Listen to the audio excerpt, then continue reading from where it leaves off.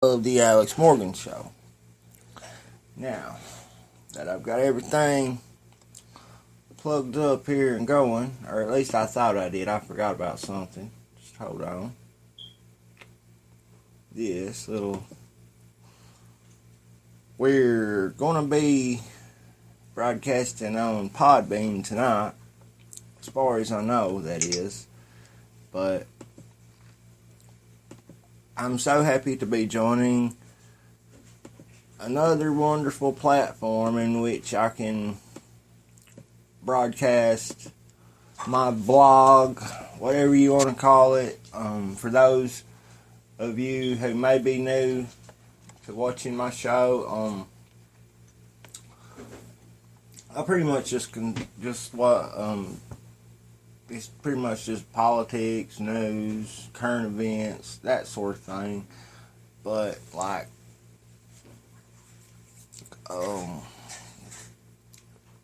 I'm not at the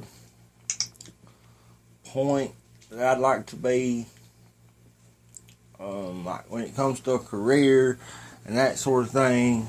So, keep in mind, I got a very, very tight budget when I do this show, and the only support that I receive comes from what myself, spends out of my own pocket, or any donations that I may receive, or any t-shirts I may sell, anything like that. So in other words, if it don't come from me, it comes from you. And yeah. And I'm a big Donald Trump supporter. I've followed him all through the campaign, but as far as being a big fan, I never was really a big fan of Donald Trump. I remember back in the day when he was on WWE or whatever and all this, but yeah, I don't even think I really even watched it much. So yeah, I just remember everybody at school would talk about it and stuff, but by that time I pretty much got out of watching wrestling and stuff. So yeah, but yeah, if you want to visit any of my sites, you can go to alexmorgannews.com. If you want to call the show, alexmorganshow.com. If you want to call the show, the number 276-520-0047. See it right here over my left shoulder. If I would get out of the way.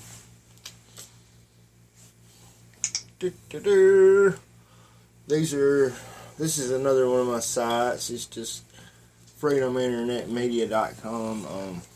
That's just the name of my company. Whatever, this little venture that I'm on, politically, financially, we gotta defeat globalism. We gotta put the New World Order to bed. And that's pretty much why I called tonight's show Just Take a Effing Knee. Now keep in mind, I do try to keep this very family friendly as far as show goes and all that, but I'm not perfect by any means, and I'm sure that none of you all are either. So yeah, I do lose my temper from time to time, which I'm sure does everybody, So yeah, I can actually adjust that microphone and that camera at the same time, but I haven't done it very much as of late, as I haven't used this tripod much. But Yeah, and this is huge. This is huge. This is something that I want to share right now.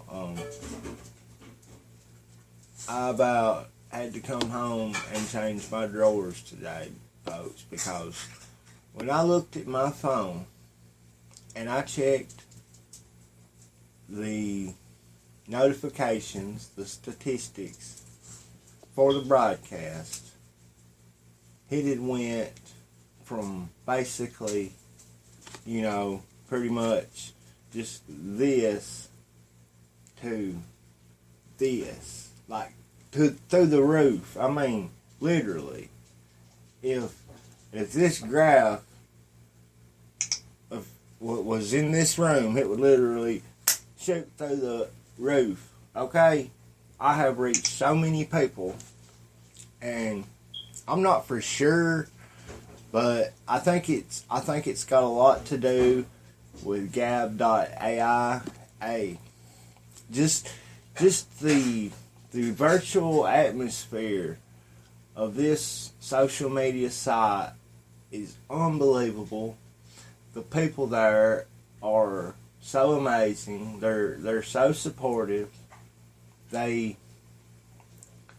realize that there's a lot of indifference between everybody, no matter who you are. There's differences between you, but instead of pointing out, your differences, they use free speech and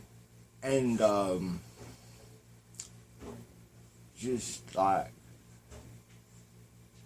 everybody's morals and their support of Donald Trump and modern day conservatism and being called a damn deplorable now. Come on. And as if that's not bad enough, you have the president making a speech at the UN about 2 days ago, in which I really wasn't counting, but according to someone on CNN, they said that the president, quote, used a dog whistle, end quote, meaning like he they were talking, what they were calling a dog whistle was him using the word sovereignty. They said that he used the word sovereignty like 20 sometimes. I really wasn't counting myself. But hey, let me tell you something. This is a country, okay, first of all. And what they're trying to do, the reason that they want to destroy our Constitution, our sovereignty, our country is basically because the New World Order cannot succeed with us in the way.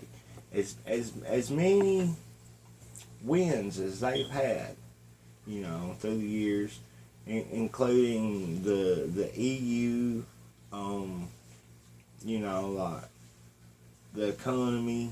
Yeah, they rule the world, folks. It's true. And he who controls the money controls the world. I mean, you might as well go ahead and say it. Yeah. And they do control the money, folks. They are the big banks. They are the international banking cartel. And yeah.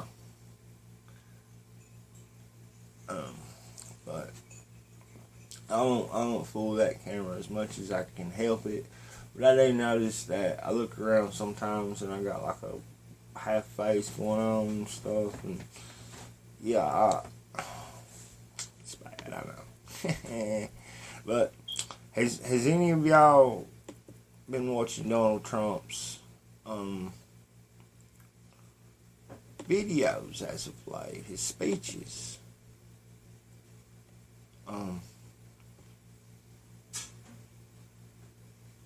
He's you're you're seeing a lot of modern day Trump here lately, which is what I really dig.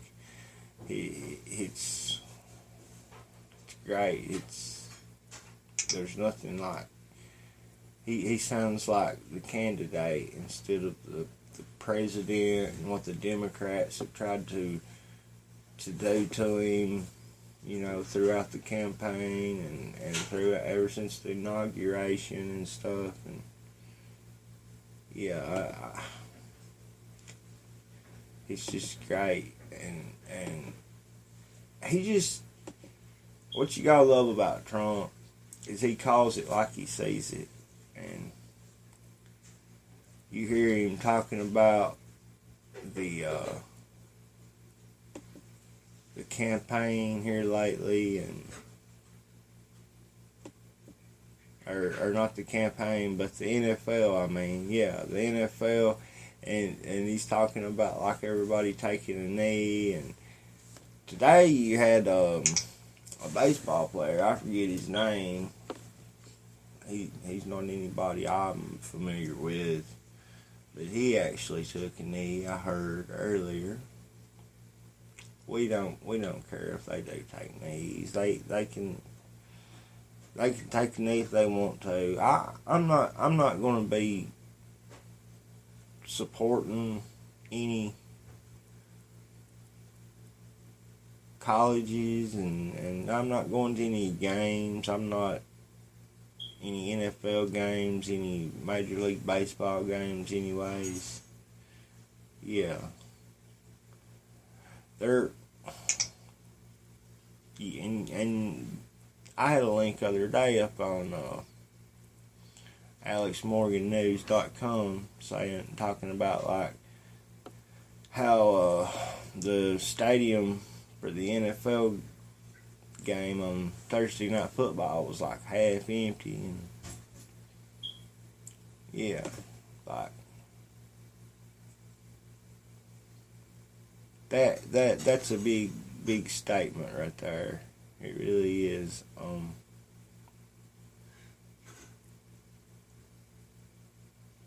You have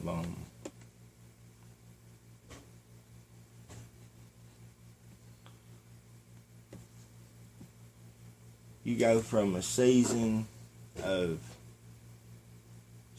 games, game after game, just seats packed, stadiums is packed, and then all of a sudden Donald Trump becomes president and the glass is half empty, or the stadium, whatever how you want to put it, but yeah. And yeah, they're gonna attack him. They're gonna attack him. This is like the greatest show that I've ever sat and watched, as far as like, being entertained and all the time sitting around wondering, I wonder what's gonna happen next week, because this is real life, folks. There's nothing more important than humanity, than the human race. And here you have the New World Order trying to enslave humanity, okay? Trying to make a one world religion, a one world government. You have Donald Trump. He gets elected president of the United States over Hillary Clinton, which they said there was like a 93% chance that Hillary would win the election. Every poll worldwide cast her 20, 30, 50 points ahead at times. Why aren't I 50 points ahead, you might ask, And then one day is WikiLeaks and the Podesta BS emails. It's a show, folks. And It's bigger than Broadway. It's bigger than than prime time. You know, CBS, NBC, pay-per-view.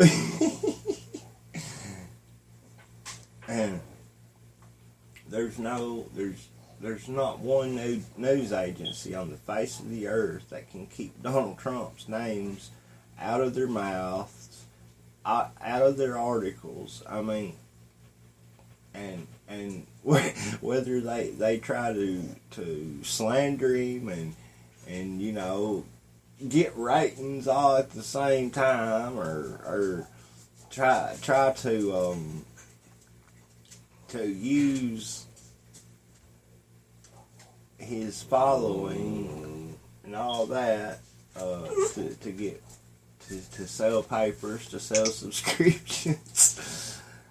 It's pretty funny if you ask me. You know, I mean,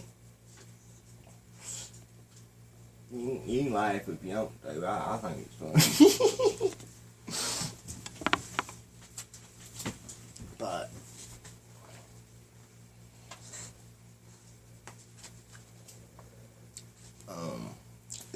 my puppy is aggravating me right now. In case you don't know, I don't guess you can see her. She's right here in my lap.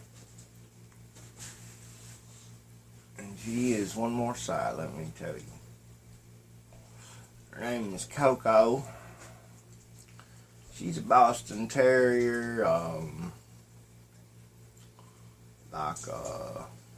and then her mom's a full stock Boston Terrier, and her dad, he's like a wiener dog and a Feist mix or something like that. I don't know, but she's like really pretty. She's brindle. She's black and red all over. She's a beautiful dog, and she is so smart. I was gonna go to the store the other day or something, and I was like, I told my woman, I was like, I'm gonna take Coco with me if you don't care. Well, just leave her here. I feel safer when Coco's here with me. And yeah, she watches the house and stuff, and there's nothing like her. Here's my girls. But there's this article today that I found from the Washington Post. You know, darkness, or how does it go? Democracy dies in darkness. They said that right. That tells that alone is enough to tell you that, especially them, but the media, they're all connected, folks. You can't trust anybody in the form of a corporation, in the form of an entity. You need to support like these small business owners all you can. You need to support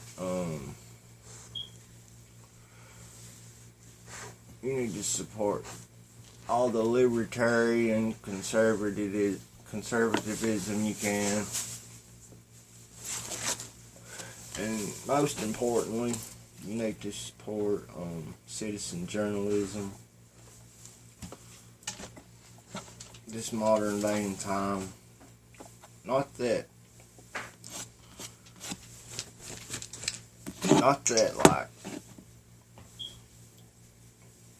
you know, like anything that comes from the mainstream media is a total lie. You know, you can't say that, but they are some pretty bad liars, you know. I think that, though, that they have brought all this on themselves, and we've got to elect people to office who's going to see that Donald Trump's interest and his agenda keeps furthering during these 4 years, and if he wins this next term, which I really don't see him losing at this point, no matter how many times they say his support is in, the basement. He went to hell in a handbasket. I don't care what they say about that. That's a lie. You saw that with Hillary canceling the firework celebration on election day morning. I mean, really, come on, man. I'd have just dropped out of the election if it had been me. I guess. I mean,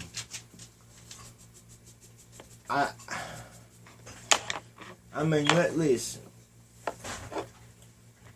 Let's say you were let's say you were running for president, yourself, and you were caught up in something as big as Hillary Clinton is caught up in, with the Podesta emails, with the WikiLeaks.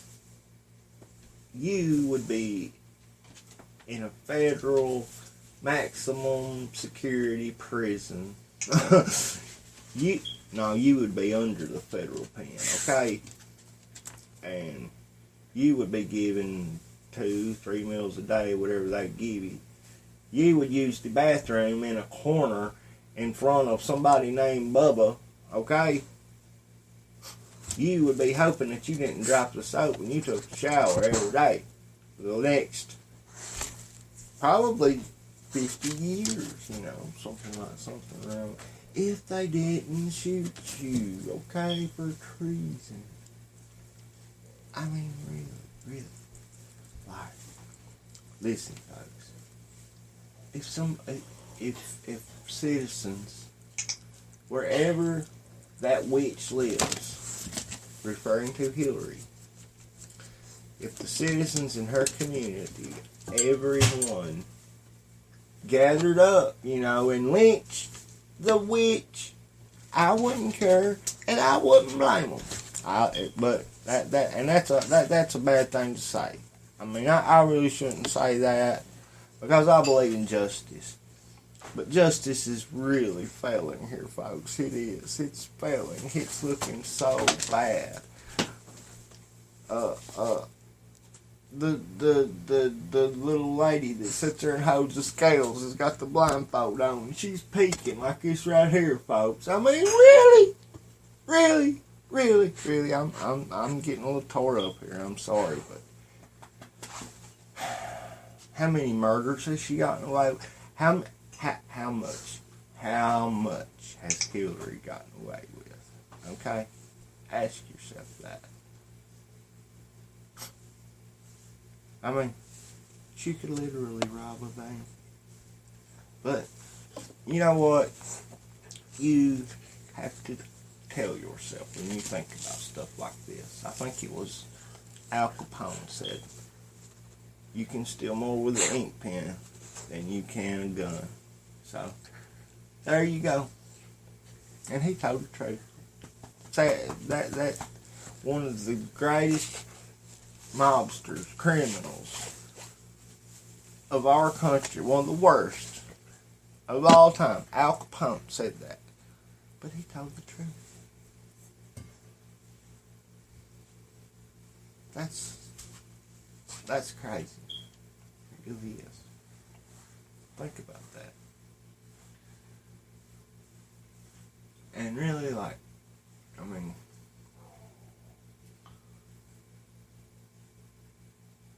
that's sad. It really is.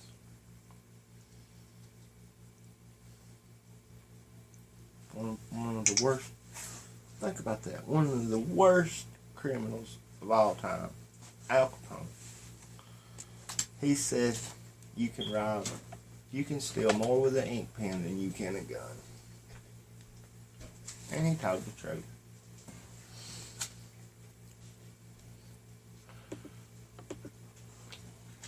I don't know. I'll be right back, folks. This is Freedom Internet Radio. Remember, we're not funded by George Soros, the CIA, the CFR, the Rockefellers, the Ford Foundation, the Koch brothers, or any foreign or living entity abroad.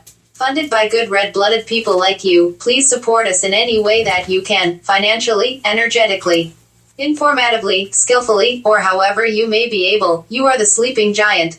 And we're waking up more and more, every day. Visit alexmorganshow.com to shop for gear and donate to the broadcast. Also visit alexmorgannews.com throughout your day, for news updates all day long.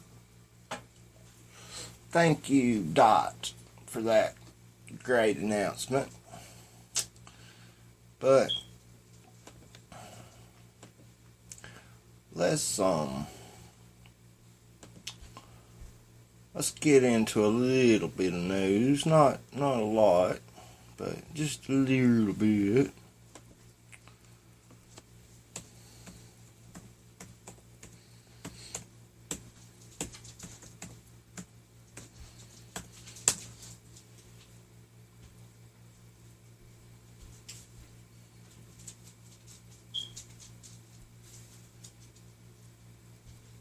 This is alexmorgannews.com. In case y'all were wondering,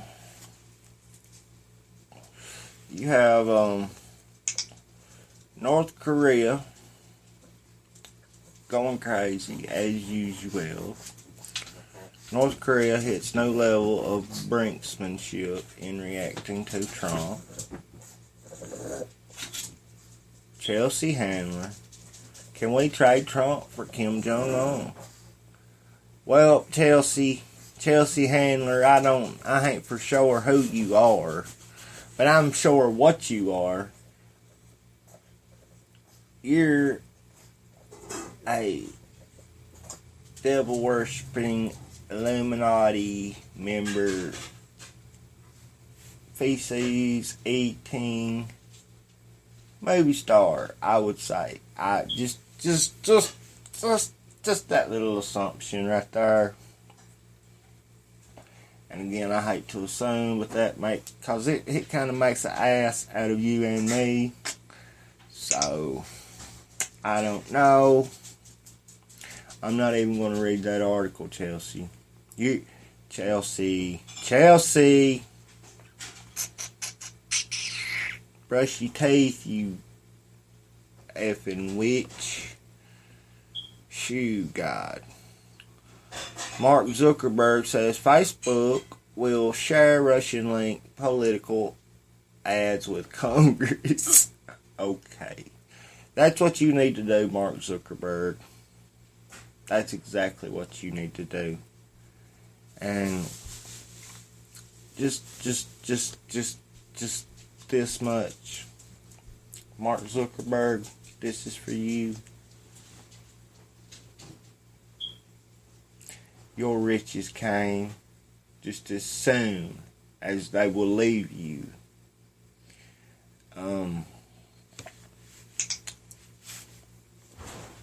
That's all I have to say. Listen, folks, I am dead set. We need to support Gab.ai. Get on your computers, get on your smartphones.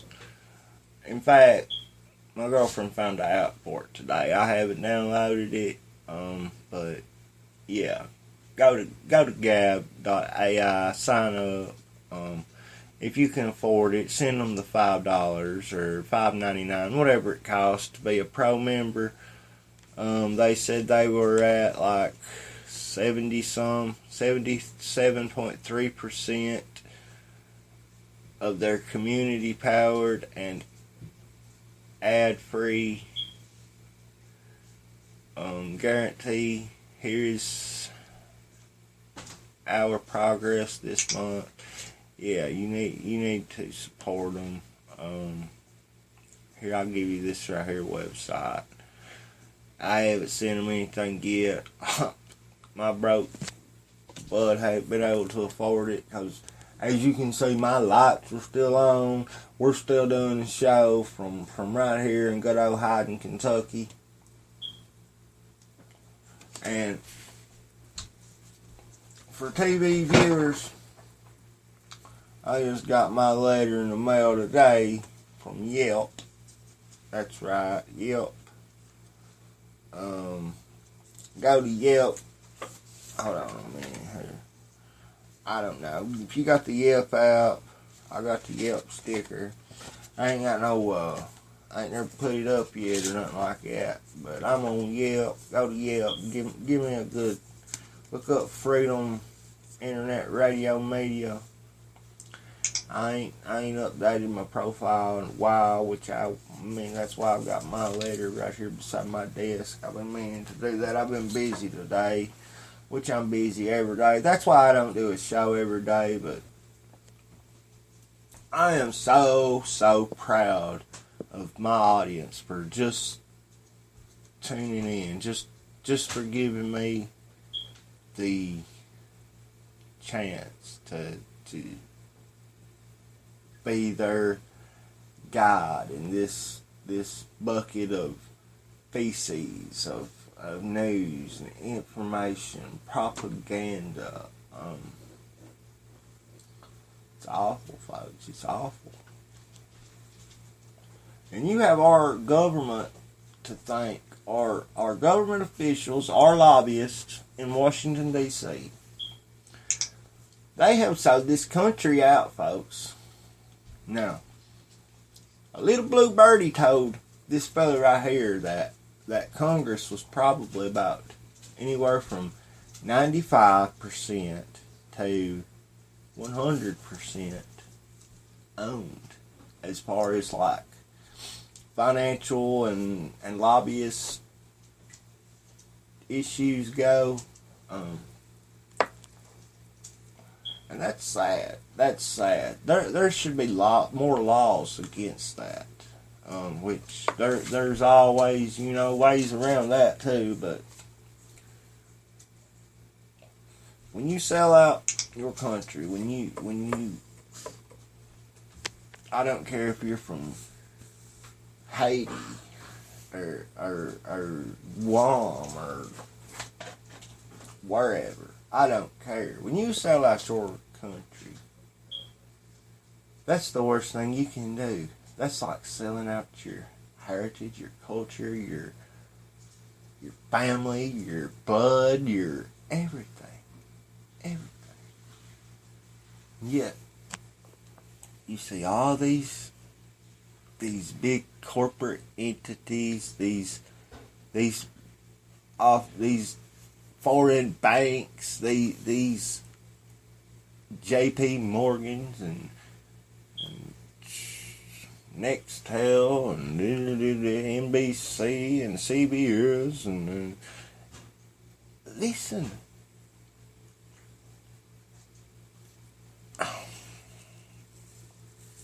If I'm from the United States, that makes me an American, okay?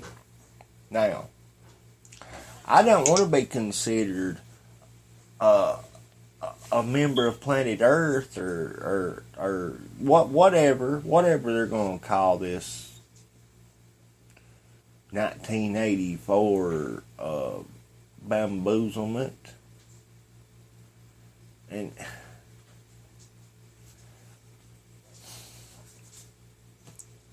it's not like they're Christian folks, as much as they pose as Christians. This website is too big to give out. It's about that long or more. See that blue from there to there? That's how long that link is. I can't give that out. But yeah, you can donate to Gab AI Incorporated. You can donate to Alex Morgan Show Incorporated too. You can go to www.gofundme.com/Alex Morgan Show, or just go to alexmorganshow.com, alexmorgannews.com. Click the donate button. Send me $1 or $2, and I would appreciate you. But anyways,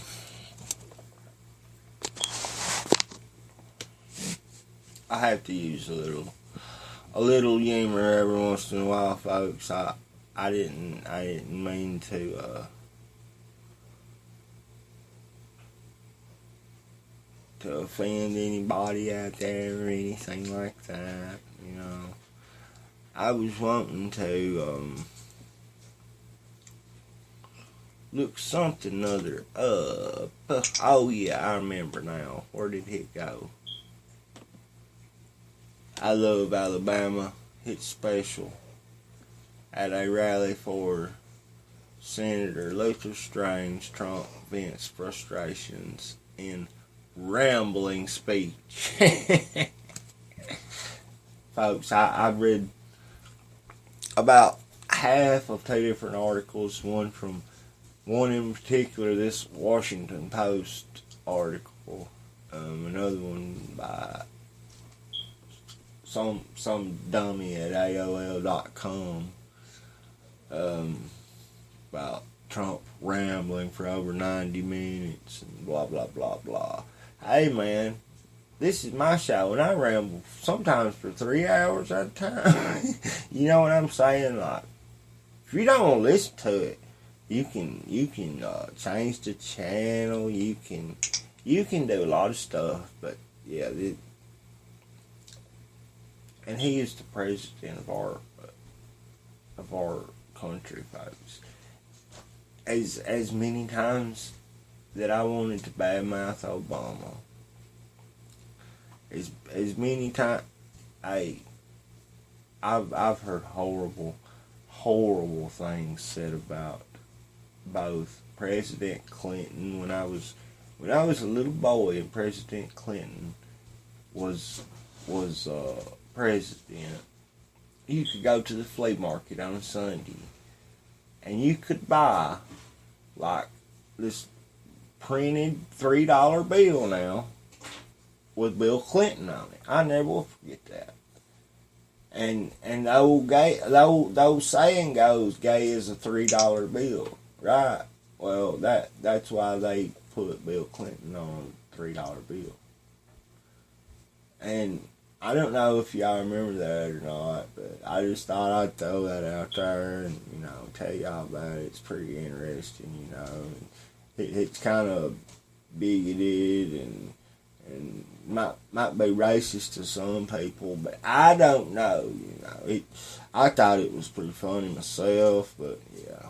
Let's watch this little video. There's a couple of videos, actually. I was sitting and watched 2 or 3 earlier after halfway reading this article and finding another one by AOL. Yeah.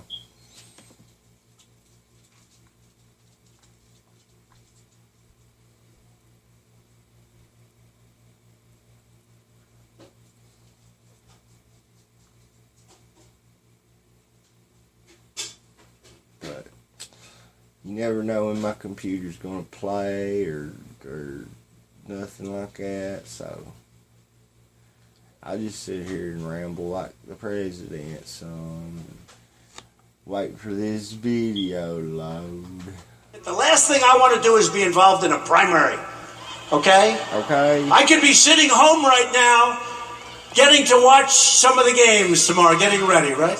But it's why we need each and every one of you to get a friend, to go out, get a family member, get the whole family, and bring them out to vote for Big Luther Strange. Gotta vote for him. We're spending a tremendous amount of money in Alabama, and you are doing great. And as long as I'm president, you are going to have so much money spent here. And you know what? Lots of other states also.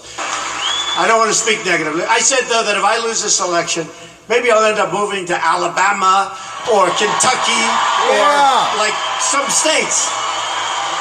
I mean, nice to go where people love you and where you love them because it's special. And by the way, Rocket Man should have been handled a long time ago. If Crooked Hillary got elected, you would not have a Second Amendment, believe me. You'd be handing in your rifles. You'd be saying, here they are. You go like... You'd be turning over your rifles.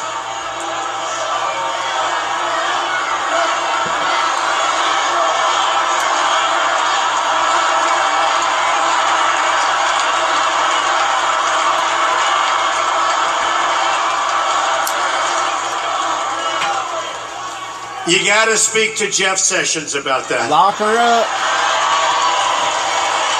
Please lock her up. Wouldn't you love to see one of these NFL owners, when somebody disrespects our flag, to say, get that son of a off the field right now? Yeah. He's fired. He's fired. He's fired!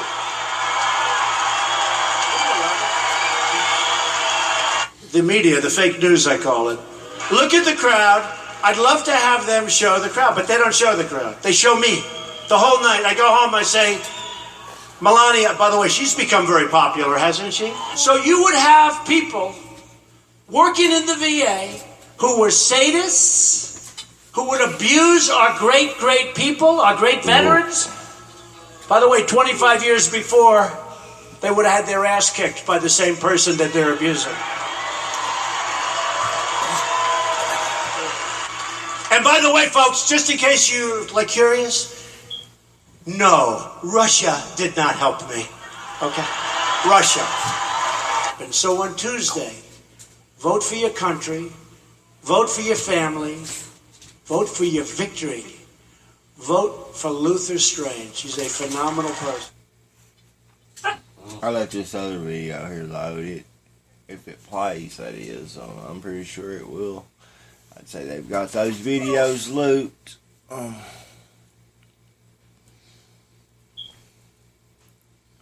Yeah, this is the one where how the sports world reacted to Trump's comments on the NFL. Sports world reacts to Trump's comments. I'll sit here and kind of narrate a little bit. You can see it pretty good though, I think. You love to see one of these NFL owners. Can't see it from my big thing right there. I'll lay that down. President Trump called on NFL owners to fire players who kneel during the national anthem.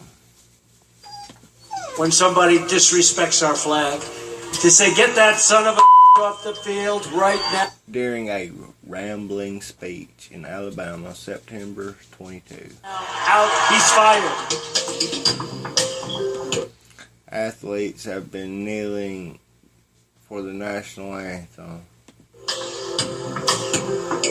protesting police treatment of African Americans.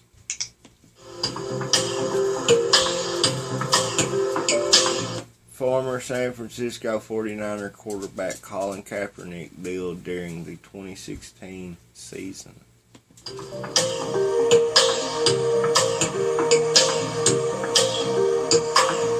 NFL owners don't want to pick them up because they don't want to get a nasty And has been called out by Trump before. tweet from Donald Trump. Richard Sherman called him out. Zach Brown of the Washington Redskins, who really need to change their name because that's racist as you can get, really. I mean, Zach Brown at Zach Brown _55 said, Trump, stay in your house. ... Football have nothing to do with you. Shaking my head.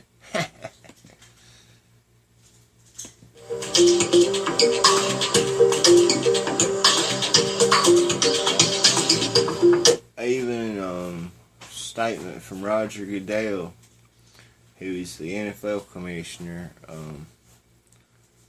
The NFL and our players are at best when we help create a sense of unity in our country and our culture, which is true, Mr. Goodell. Not to get off subject here, which I tend to do. There is no better example than the amazing response from our clubs and players to the terrible natural disasters we've experienced over the last month. Divisive comments like these demonstrate an unfortunate lack of respect for the NFL, our great game, and our players, and a failure to understand the overwhelming force for good our clubs and players represent in our communities. Well, Goodellbot, that's good. I hate to revert to South Park, but that South Park is an amazing piece of propaganda, which, if you pay attention to a lot of the episodes, you can foresee what they have planned, like coming events, coming trends. Even I've witnessed that. Family Guy's pretty good for that too. You know, they're all pretty funny. You know, too. That's always a plus. But that's after waking up. That's why those shows have remained on my watch list. But back to the video. Just play. Steph Curry took aim. Oh, he took NBA champion and NBA Warriors point guard. Like a hypothetical. Yeah, if the championship were to happen, what would I do? I think I answered, I wouldn't go. Still feel like that today. And you see them like working together here, like, yeah, they're working together to like make everybody think that Trump's so wrong and full of hate and everything else that they say, but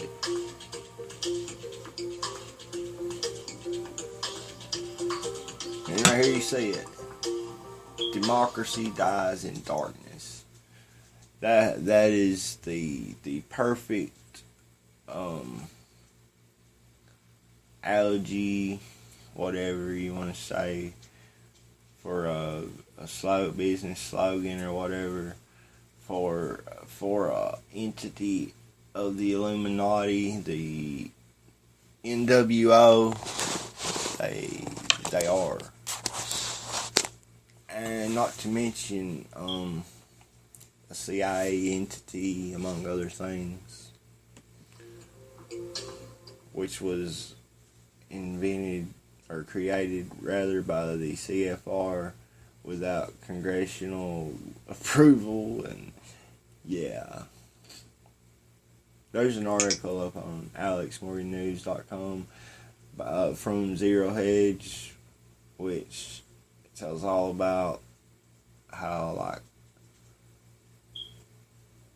the shadow government and the deep state and all that. Yeah, I was going to read it the other night. And everyone in this arena tonight are unified by the same I'm sorry, but great American values. We're proud of our country. Go to alexmorgannews.com and check it out. Flag.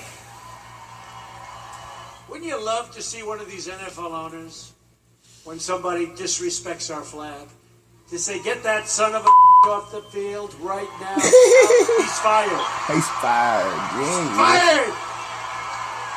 Yeah. Some owner's going to do that. He's going to say, that guy that disrespects our flag, he's fired. No, Mr. President, I doubt this. I really do.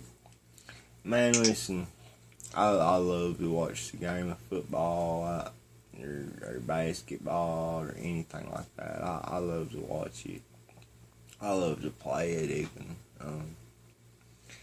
But these owners, these leagues, they have more money than all of us put together probably.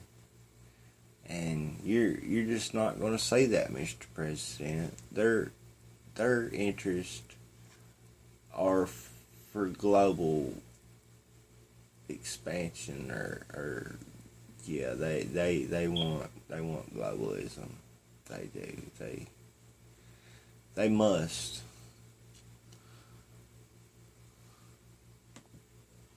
And that owner, they don't know it. They don't know it. They're friends of mine, many of them. They don't know. They'll be the most popular person for a week. They'll be the most popular person in this country, because that's a total disrespect of our heritage. That's a total disrespect of everything that we stand for, okay? Everything that we stand for. It really is. And listen, I'm not black, okay? But I'm not, I guess I'm white. I don't know, but I'm not plum white. You see my skin? It's not white, but I've been treated bad by the police. It sucks. When you get a racist cop, a prejudiced cop, somebody that's got a corn ways turned sideways and stuck up his keister, whatever. The best you can do is either take their stuff and say yes sir, no sir, here you go sir, right away sir, thank you sir, you know, or you can tell them that you're going to stick to the Fifth Amendment and ask for a lawyer, and you don't have to tell them nothing if you don't want to.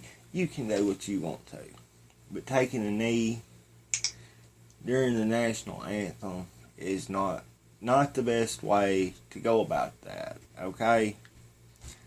And most of these NFL players, they take college classes for like public relations or those like media classes where you learn to like be a commentator for a game and all that, and yeah, that about 70% of them take those classes. Okay, I know because whatever, I watch that stuff a lot, you know, and yeah, so they know how to act. Okay, when it comes to any, well, you know, you do have a number of them who suffer from brain lesions and you know, stuff like that, from multiple concussions and head injuries and all that. You saw Aaron Hernandez's daughter suing the NFL and the Patriots for her dad having some sort of disease from multiple massive head injuries. Yeah, like, I respect everybody as far as that goes, but these are some of the greatest players on earth that you have playing in the NFL and the NBA, Major League Baseball, soccer, whatever. You know, you're one of the greatest athletes on earth, or you wouldn't be there, okay? And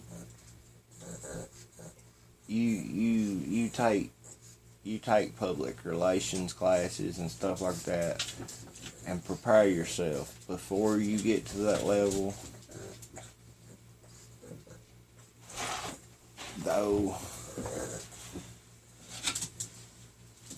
I gotta let another one of my doggies in now, but yeah, you know how to act, and if you don't, you got an agent that can tell you how to act. You probably got a PR person. As far as that goes, you know, it depends on you know, what you want to do for yourself, for your career, you know, and how much money you want to spend, and da-da-da-da-da. But yeah, folks, call me, give me a ring tonight right here at the Alex Morgan Show. Let me know what's on your mind. How's your weekend going? Are you hanging out? What are you doing? Right here in the good old US of A. My little Roscoe, he's in here now. I love to show him to you. Come here, Ross. Come up here.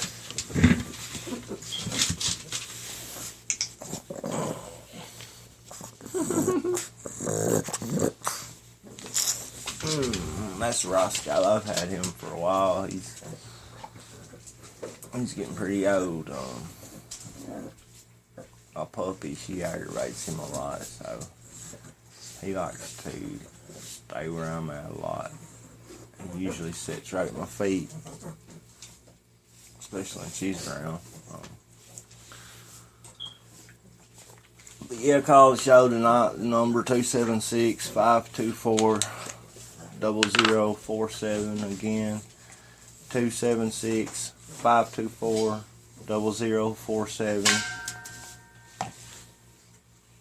I'll be on the air for this worldwide broadcast for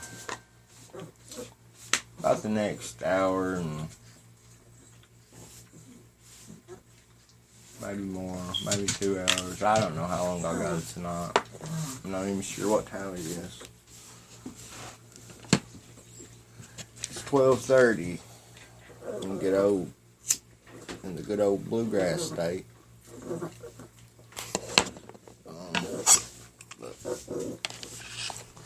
Let's get back to the president.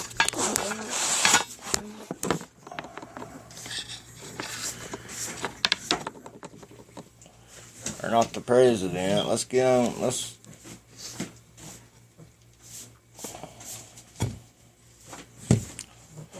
My computer's froze up now.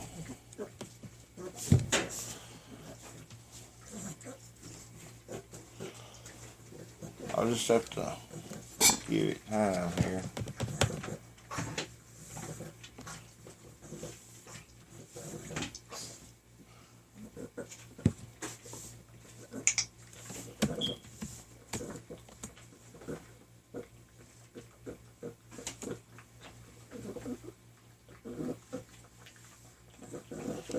Let's drive it up.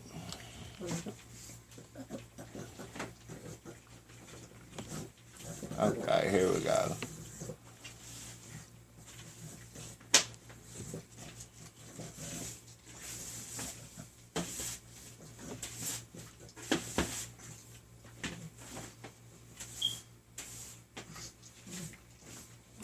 I thought it was going to work.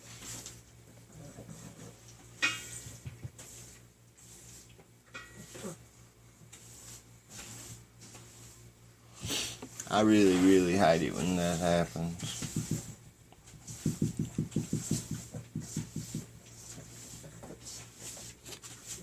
But yeah, I forgot to tell y'all about this. You had a satanic fashion show, which was allowed to take place at a Catholic church, I think in England. That was just this past week. I'm telling y'all, like, you can be whatever religion you want to, whatever, but, man, it doesn't matter if you believe in Satan or not. Satan, he believes in you, so, yeah. And he needs your souls. I mean, in order to complete his plans, all that, he's got to have your souls. And he's working hard every day. Trust me, folks. Trust me. I really suggest that everybody read their Bible. Everybody get just as close to God as you can.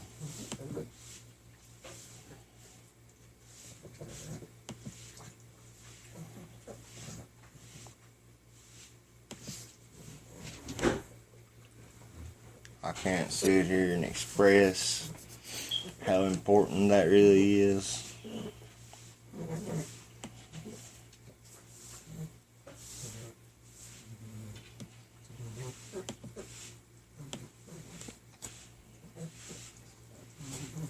Regardless if you go to church or not, go to church, every Sunday, once a year, on Christmas, on New Year's, whatever. If you just pray every day and you've already accepted Jesus Christ as your personal Lord and Savior, then that's awesome. But I can't sit here and express how important that it is that everybody,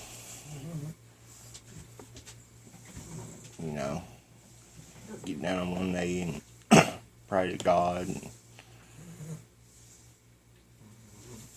ask Him to come into your heart and ask Jesus to become your personal Lord and Savior and wash away your sins,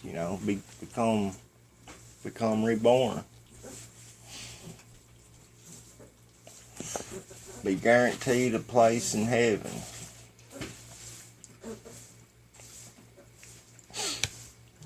That's awesome. I'm going to pause right now for a little station identification, and I'll be right back. You're listening to the Alex Morgan Show on Freedom Internet Radio, so pro First and Second Amendment. The sound melts snowflakes on contact. Broadcasting on Freedom Internet Radio is paid for by viewers like you. Without your support, we couldn't exist. Freedom isn't free. That's why it's so important to support this broadcast and others like it. The mainstream media committed political suicide over the past 24 months. Let's bankrupt the vomit brokers and support free market capitalism. Remember, we don't push socialism. We support freedom and liberty worldwide. Visit alexmorganshow.com to shop for gear and donate to the broadcast. Check out our t-shirt sale and up to 40% off through today. Thank you, Dot, for that wonderful, wonderful analogy. You just don't know how much I love working with you, Dot. You're an awesome part of the team. Huntsville, Alabama, President Trump spent the first 25 minutes of a Friday night campaign rally explaining and defending his decision to endorse the Republican establishment pick for the Alabama Senate race. Right there you go. The first attack, which I missed earlier. I called it that time, though.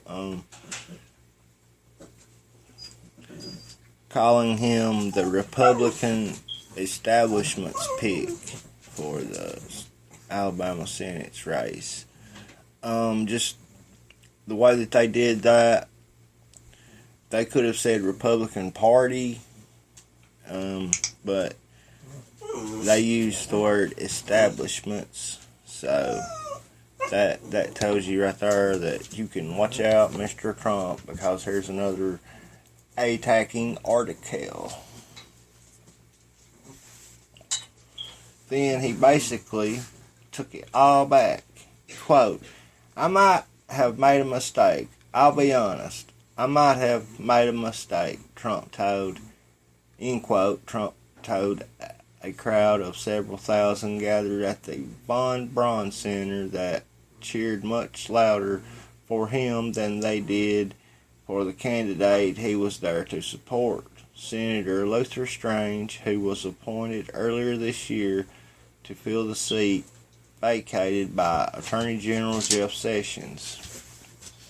If Strange loses a Republican primary runoff election Tuesday, the president said that the media will accuse him of being, quote, unable to pull his candidate across the line, unquote, and cast the loss as a, quote, total embarrassment, end quote. Strange is polling behind rival Roy Moore, a former Alabama Supreme Court Chief Justice who is popular with evangelical Christians and many Trump supporters. Quote, and by the way, both good men, both good men. End quote, the president said of the two Republican candidates. Quote, if his opponent wins, I'm going to be here campaigning like hell for him, but I have to say this, Luther will definitely win, unquote. Prominent Republican leaders aggressively lobbied the president to travel to Alabama to campaign for Strange, something that Trump himself said was a great risk. He was greeted by a full house of supporters, many of whom stayed on their feet during the entire rally, laughing at his jokes and cheering his attacks on political and foreign advisories.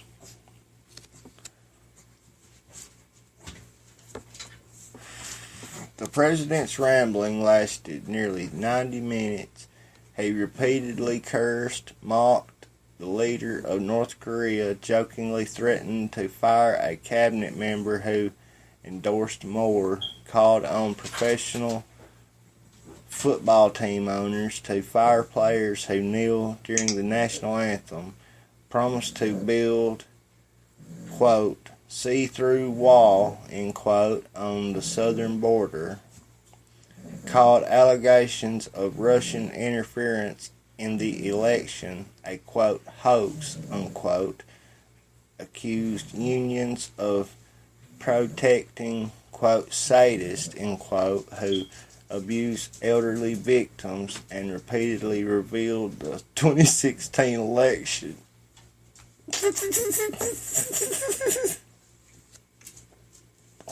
I'm telling you, y'all, they can't stand Trump. They can't handle Trump.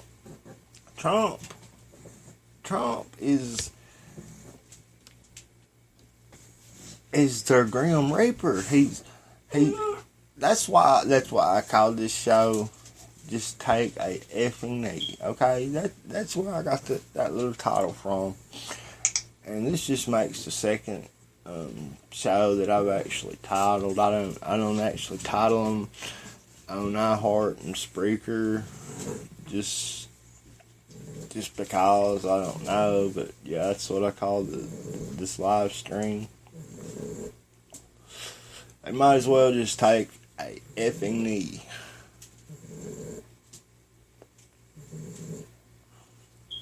I'm getting back to the article. Let me finish my smoke.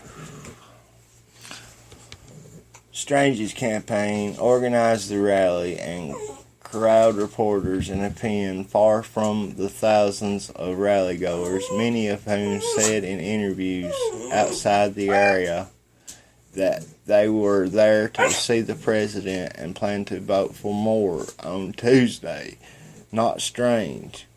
4 more supporters stationed outside with campaign signs were absolutely giddy that so many passerby told them that they planned to vote for more. Okay, now, I mean, I don't mean to get away from this article. Let me let my puppy back in. Jump, puppy. All you have to do. If they didn't want the president's candidate to win, or puppy, if they didn't want that Moore guy to win in place of the president's candidate, Luther Strange, they wouldn't have put that little paragraph right there in the already 2 to 3, probably 4 pages if it was typed out. This is a huge article. Look right here on my screen. I'm scrolling up, more, like 5, 6, 7, 8 times. You have to scroll from the top to the bottom to, cover the whole page. This is one heck of an article. Okay, let's get back to it. Strange took stage just before Trump to proudly put on a red, quote, "Make America Great Again," end quote, hat. Up in the stands, a veteran of the Afghanistan war remarked, quote, "I don't know who this guy is. I'm here for Trump," end quote. Quote, "Are you ready to support our president tonight?" End quote. Strange asked.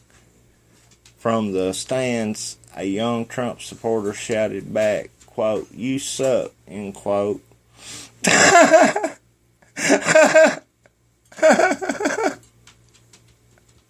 I'm sorry, I don't mean we're totally teleprompter free, and we will always be by the way.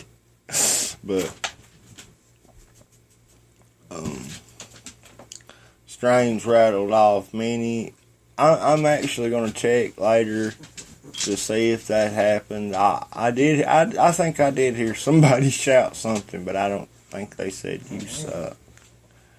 I thought they were supporting him. I don't know. But hold on. Strange rattled off many of the buzzwords that were central to Trump's unexpected win last year.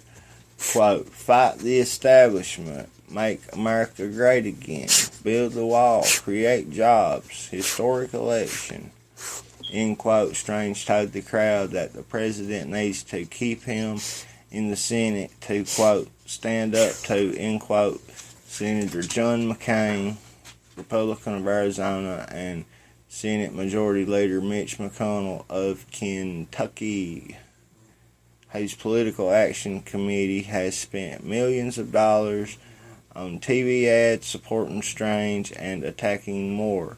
The crowd booed McConnell. Even, quote, "even our Republicans, so-called conservative, are standing in the way of the president's agenda," end quote, Strange said. Quote, "That's why he's here to support me, because he knows that I've got his back," end quote. And again, I hate to get off the article, but he told the truth right there twice in one little statement. And that's more truth than you're going to get from most other politicians, just between us. And I don't know nothing about Luther Strange. I don't know nothing about his opponent or opponents.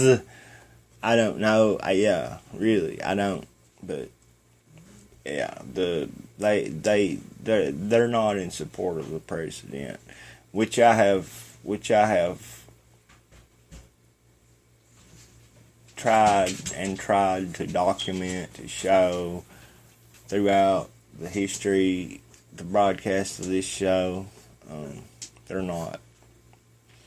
In fact, yeah, I posted the McConnell email that I got from his office back in June 29th, I think, talking about the Russia bull monarchy.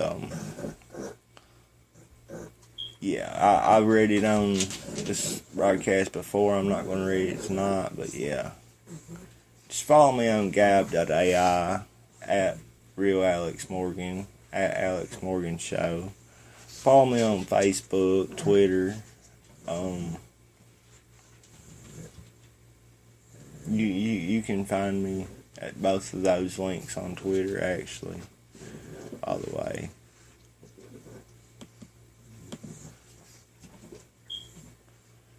Let's get back to this article now. After speaking for fewer than 4 minutes at his own rally, Strange called the president to the stage as Leonard Skinner's Sweet Home Alabama blared. The crowd clapped, screamed, and two politicians embraced. As Strange left the stage, the president smiled and pointed at him. Quote, "I love this place," Trump said. Quote, "You know, we set every record in Alabama. I love Alabama. It's special," end quote. The crowd began to chant, quote, "USA, USA, USA," end quote. Behind the president was a massive U.S. flag and two VIP boxes draped with patriotic bunting and filled with prominent Strange supporters seated signs that read, quote, "Stand with Trump," end quote, and "Vote for Luther," end quote. The president called the senator a, quote, "really good person," quote, unquote, who, quote, "knows the true source of America's strength. It's God, its family, and its country," end quote. Trump praised Alabama for sheltering, quote, 17 million people, unquote, displaced by recent hurricanes, a number that seemed high given that the state had fewer than 5 million residents and that nearby Florida had 20.6 million residents. He promised that the country will, quote, "win all the time," unquote, just like Alabama's beloved football teams. And he repeated his attacks on North Korean leader Kim Jong-un, quote, "We can't have madmen out there shooting rockets all over the place. And by the way, Rocket Man should have been handled a long time ago," end quote, Trump said as the crowd erupted into its loudest cheers of the night. Quote, "It shouldn't be handled now, but I'm going to handle it because we have to handle it. Little Rocket Man," unquote. Trump unanimously warned that North Korea could explode a, quote, "massive weapon," unquote, over the Pacific Ocean, resulting in, quote, tremendous calamity where the plume goes," unquote. Then he told everyone not to worry about that. Quote, "Maybe something gets worked out and maybe it doesn't, but I can tell you one thing. You are protected, okay? Question mark. You are protected," end quote, Trump said, quote, "Nobody's going to mess with our people," end quote.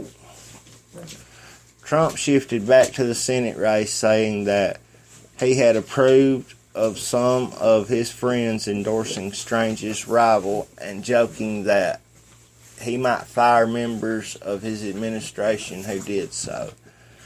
Hours before the rally, Housing and Urban Development Secretary Ben Carson announced he was supporting more. Trump shared a, quote, "quick, crazy story," end quote, about health care reform that he said explains why he likes Strange.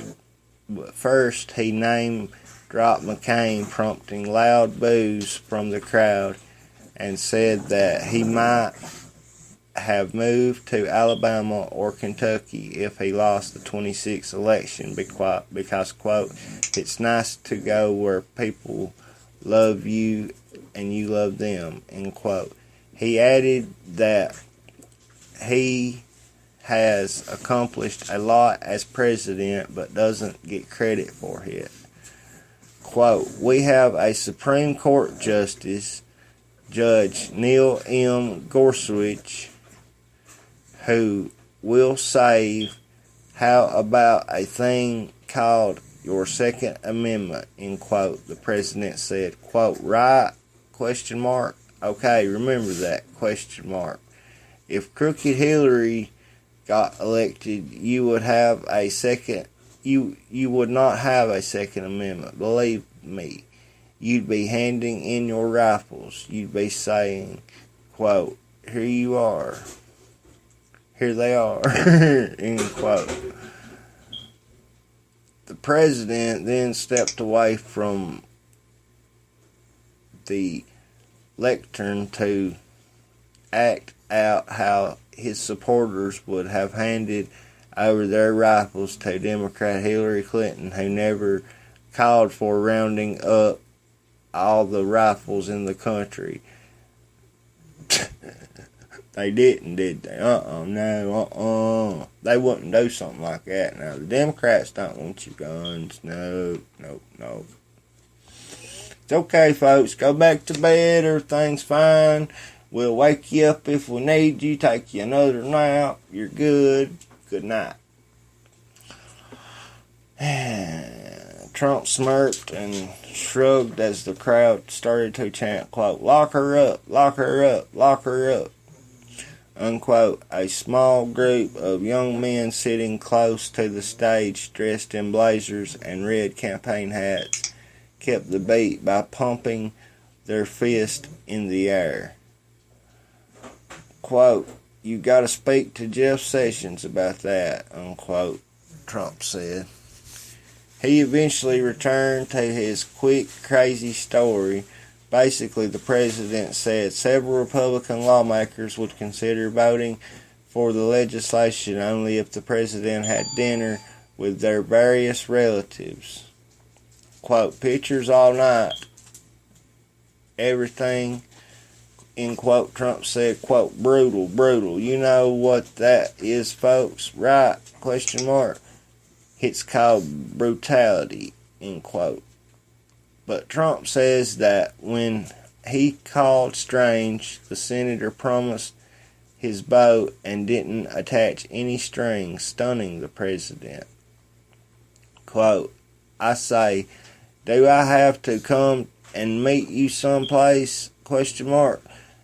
Do I have to have dinner with your family? Question mark. I think his wife, by the way, is fantastic. But I said, do I have to have dinner with you and your wife? Question mark. Strange answered, quote, "No, sir, you don't have to have anything," end quote, said Trump, who was now doing a much bigger favor for Strange by speaking at his rally. This, Trump said, was, quote, "the coolest thing that had happened to me in 6 months," end quote. Then he mentioned McCain again, inspiring another wave of boos. Trump repeatedly claimed that Strange, quote, "doesn't know Mitch McConnell at all," end quote, despite the majority leader's heavy investment in the race. Trump said Strange is a, quote, tough cookie," end quote, who is going to, quote, "kick everyone's ass," end quote, in the Senate race. Then the president wandered into the topic of the, quote, "dishonest," end quote, media and its obsession with his wife's shoes. Mid-sentence, Trump was back to talking about Strange's loyalty and how his endorsement might be a mistake, although he firmly believes that Strange has a better chance than more of beating the Democratic candidate Doug Jones during the special election in December. Trump repeatedly said that he expects Strange to win, but he also repeatedly said that he would back more if he wins. I never heard him say nothing like that during the whole speech. I listened to it. I never did hear him say something like that. I don't know. I'm not saying that he didn't.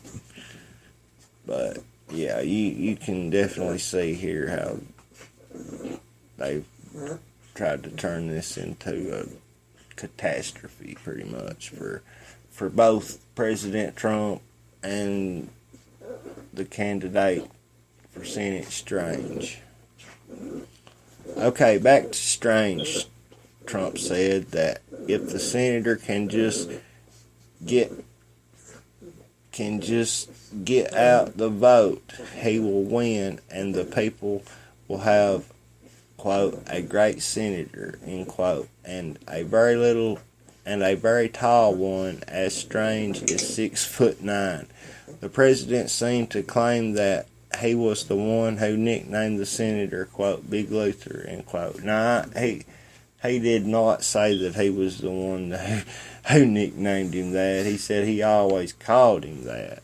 I know that much.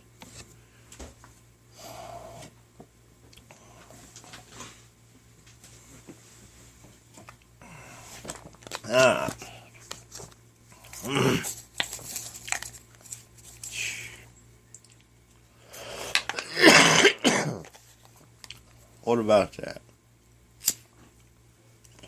So, they went as far as to tell that little white lie, saying that Trump said that he nicknamed Luther Strange Big Luther.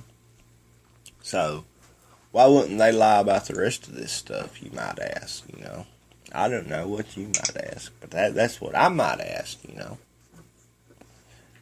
All of a sudden, Trump summoned his chief of staff, retired Marine Corps General John Kelly, to jump on stage and be recognized. Quote, "Where's General? Where is he? Where is he?" Trump said. "General, come up here, quick. Come here. Come here, 4-star. Come here. Come. End quote. Kelly ran on stage and took the president's hand. Trump pulled him towards the lectern, but Kelly declined to say anything. Instead, he pointed at the president with a smile and told the audience to direct their applause to Trump, not him. He then slowly backed off the stage. Quote, "He just wants to work," Trump said, end quote. Quote, "He's done a great job, 4-star Marine. That's good," end quote. "Oh, by the way," the president said, "the wall is happening." Quote, "Believe me, folks," he said, "the wall is happening," end quote. Trump said that there's already a wall along the border and that the administration is renovating it over the next 6 to 7 months to be, quote, "pristine, perfect, just as good as new, although we may go a little bit higher than that, but that's okay," end quote. And Trump said that he's collecting samples for building a new wall that's, quote, "see-through," end quote. Quote, "If you can't have vision through it, you don't know who's on the other side," end quote. Trump said, later explaining that building is what he does best, though he's also pretty good at this politics thing. Without a see-through wall, a criminal in, quote, wonderful, end quote, Mexico could use a catapult to throw, quote, 100 pounds of drugs, end quote, over the wall. Quote, "and it lands and it hits somebody in the head. You don't even know they're there," end quote. Trump said, quote, "Believe it or not, this kind of stuff happens. So you need to have a great wall, but it has to be see-through," end quote. Trump praised Twitter, slammed the media, questioned pricey consultants from the, quote, "Harvard School of something," end quote, pointed to a campaign hat in the crowd, declared that, quote, "Luther is your man," end quote, and disclosed that he and Senator Richard C. Shelby, Republican of Alabama, recently gossiped about which members of Congress are the, quote, "smart ones," end quote, and which are the, quote, "less smart ones," end quote. Quote, "I learned a lot," end quote, the president said, quote, "That's a lot of knowledge," end quote. Trump said Strange has the same, quote, "American values," end quote, as everyone in the arena that night, and that brought him to the topic of football. Quote, "Wouldn't you love to see one of these NFL owners, when somebody disrespects our flag, to say, quote, 'Get that SOB off the field right now, out. He's fired. He's fired,'" Trump boomed, end quote. As the crowd burst into cheers, the president threw his hands into the air and shook his head. For the fourth time that night, the crowd began to chant, USA, USA, USA. Quote, that's a total disrespect of our heritage, end quote, Trump said.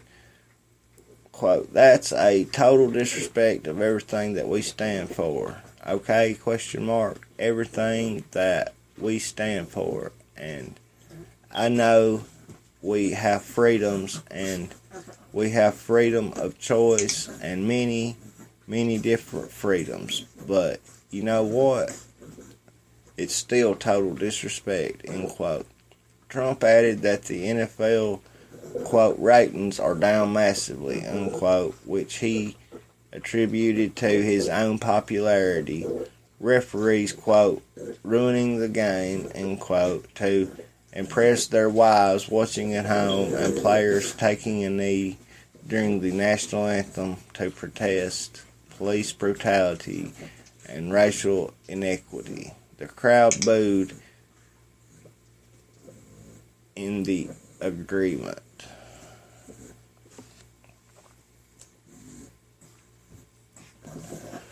Not, quote, not the same game anymore anyway, end quote, Trump said before riffing on religious liberty, the Second Amendment, and supporting law enforcement officers, comments that he seemed to be reading off his forgotten teleprompter. End quote, there are Alabama values. I understand the people of Alabama. I'm sorry. I feel like I'm from Alabama, frankly, end quote, the president said. Quote, isn't it a little weird when a guy who lives on Fifth Avenue in the most beautiful apartment you've ever seen comes to Alabama and Alabama loves the guy? I mean, it's crazy, unquote, end quote. Trump marveled at the full arena and said there were, quote, thousands of people outside who can't get in, end quote. Several arena employees who were outside at the time said that a couple hundred people cannot get in after the doors closed, and they tried to watch the rally on a big screen outside, but there were no audio, so they left.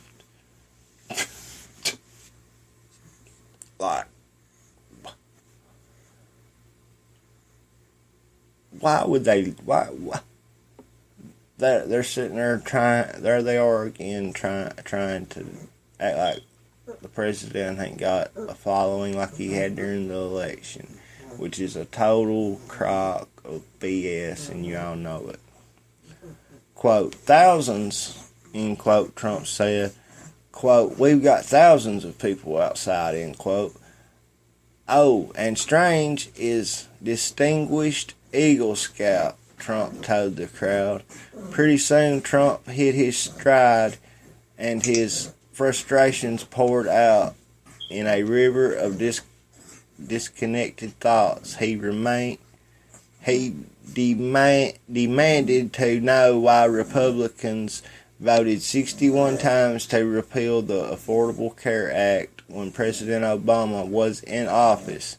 Quote, 61 times, end quote, he emphasized, but suddenly don't have the guts to do it now that he's president, and he's provided a full-throttle jargon filled with defense of why Clinton won the popular vote, saying that he was fully focused on winning the electoral vote and that it would have been much easier for him to win the popular vote. Quote, to me, winning the popular vote is easier, end quote, Trump said. Quote, the Electoral College is actually something that I've came to respect, end quote. He floated the idea of Clinton running again in 2020, prompting groans and boos, and mocked her for not campaigning enough in places like Michigan, Wisconsin, and Pennsylvania.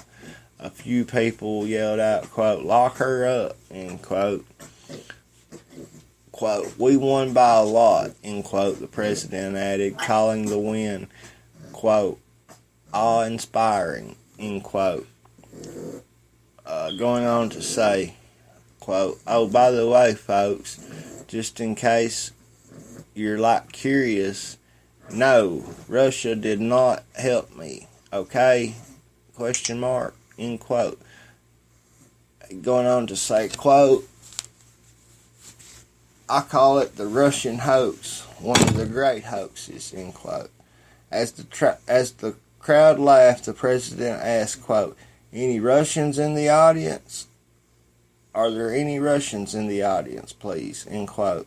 "I don't see too many Russians. I didn't see too many Russians in Pennsylvania. I didn't see too many Russians," end quote. He called Kim a, quote, "menace," end quote, listed endorsements that Strange has received, and accused CNN of turning off its cameras whenever he attacks the network. The president's remarks passed the 1 hour mark. Some of the seats in the stands began to empty, revealing large swaths of blue and gray where people were once outside. The flurry of movement in the upper decks must have caught the president's attention, because he told those gathered that the newly empty seats belonged to those who were just taking a bathroom break. He noted, quote, "tremendous gains," end quote, in the stock market that he said have prompted business leaders who once hated him to hug and kiss him. He hinted that he would start wrapping up, but he just kept going. He blamed problems at Veteran Affairs medical centers on union members who wanted to protect jobs of dangerous employees instead of patients. Now, I got to back up here for just a minute and read about this one little part right here, so give me just a second while I pause.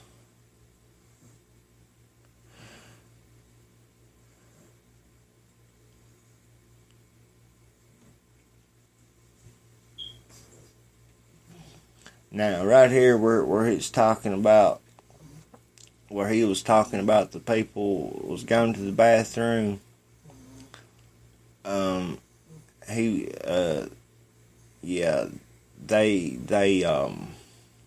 they misrepresent badly what the president was talking about.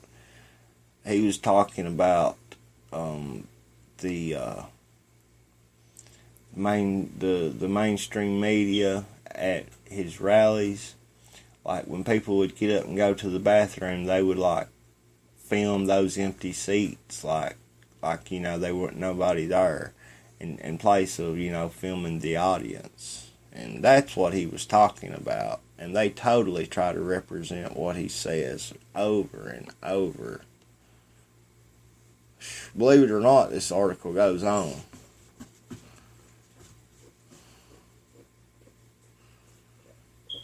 Quote, "So you don't have people working in the VA who were sadists, who would abuse our great people, our veterans. By the way, 25 years before, they would have had their ASS kicked by the same person that they're abusing," end quote, Trump said.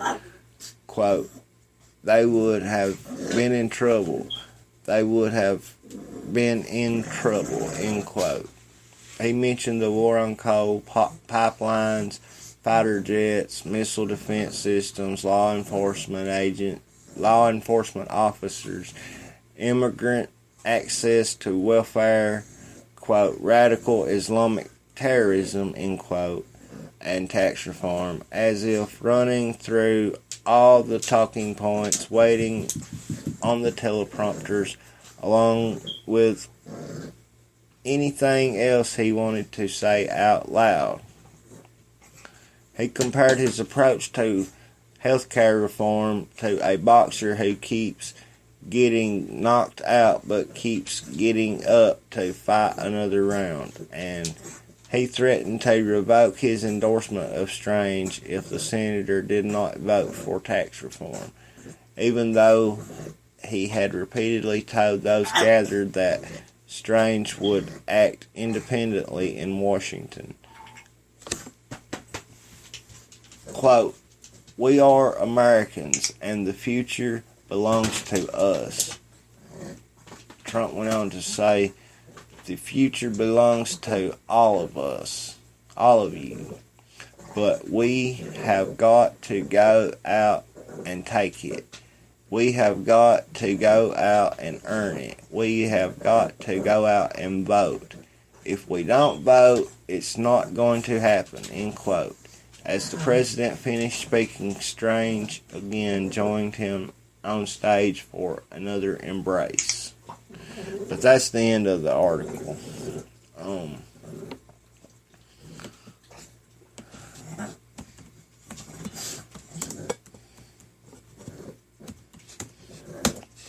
I'll see if I can find that AOL article.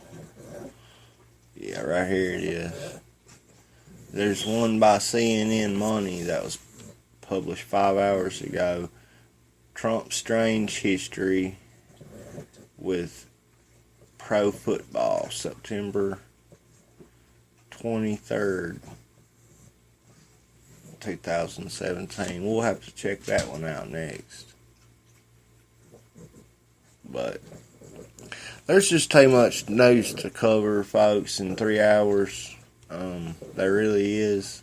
Unless I just go through the articles very briefly and stuff, but I can't emphasize the importance of signing up for the newsletter at alexmorganshow.com, going to alexmorgannews.com, bilaterally every day or 3 and 4 times a day, ever what you want to do. But yeah, they might censor me on YouTube, they might censor me on Facebook, on Twitter, but they can't censor me sending you all emails. So the important. The last thing I want to do is be involved in a primary. Okay?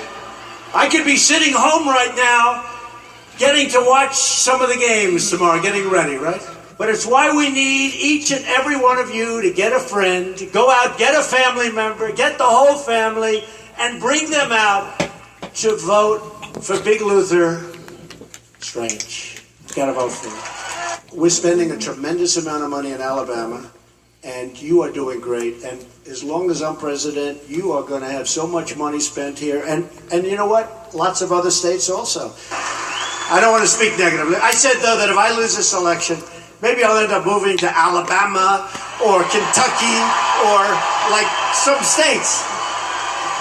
I mean, nice to go where people love you and where you love them because it's special. And by the way, Rocket Man should have been handled a long time ago.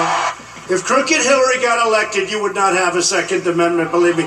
You'd be handing in your rifles. You'd be saying, here they are. You go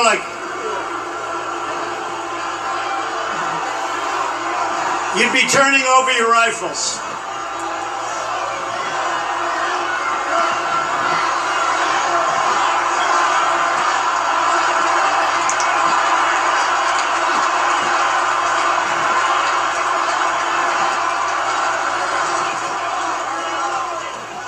You got to speak to Jeff Sessions about that.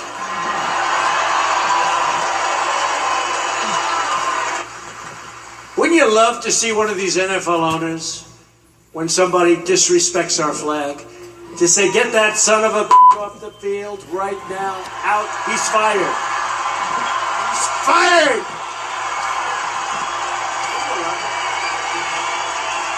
The media, the fake news I call it. Look at the crowd. I'd love to have them show the crowd, but they don't show the crowd. They show me. The whole night, I go home, I say, Melania, by the way, she's become very popular, hasn't she? So you would have people working in the VA who were sadists, who would abuse our great, great people, our great veterans. By the way, 25 years before, they would have had their ass kicked by the same person that they're abusing. And by the way, folks, just in case you're curious, no, Russia did not help me. Okay? Russia.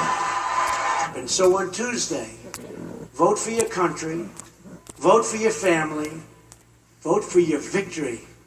Vote for Luther Strange. He's a phenomenal person. That was the little video that goes with the article. Hold it. That's the damn video that I just played. You love to see one of these NFL owners when I must have clicked on the wrong link or something. No, it's the one I was wanting is not on there.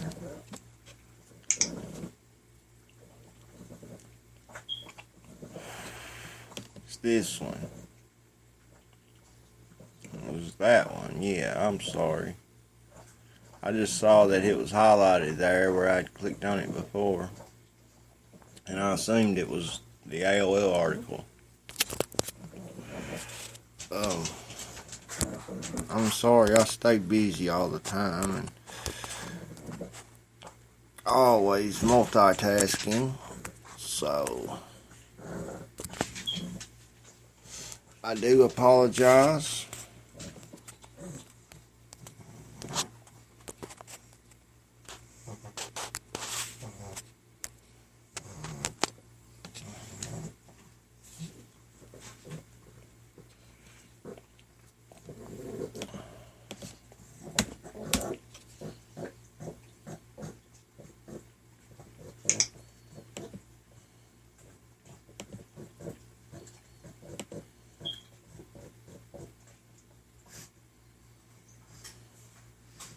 This is the article right here from AOL. It was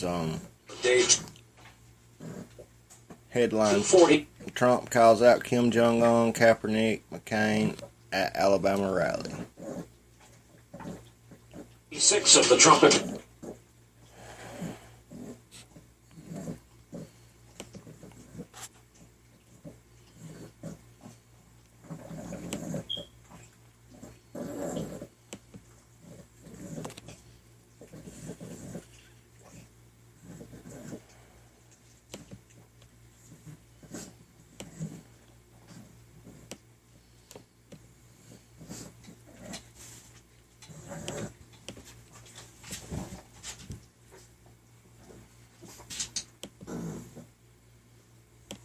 Administration, and tonight the president spoke to a rally in Huntsville, Alabama, saying he really felt at home.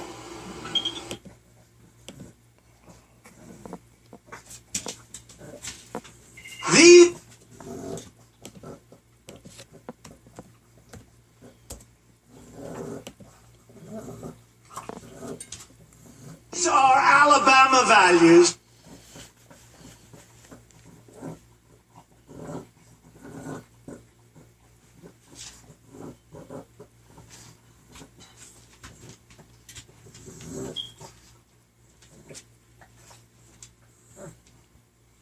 So I understand the people of Alabama. I feel like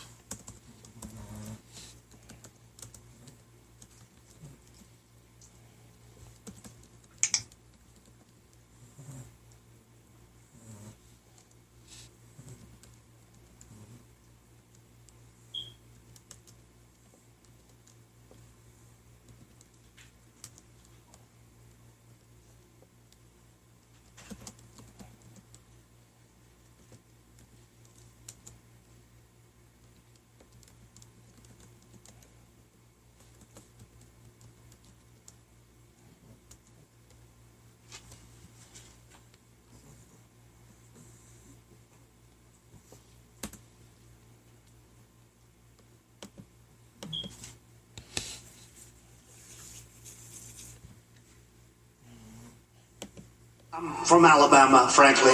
Isn't it a little weird when a guy who lives on Fifth Avenue in the most beautiful apartment you've ever seen comes to Alabama and Alabama loves that guy? I mean, it's crazy.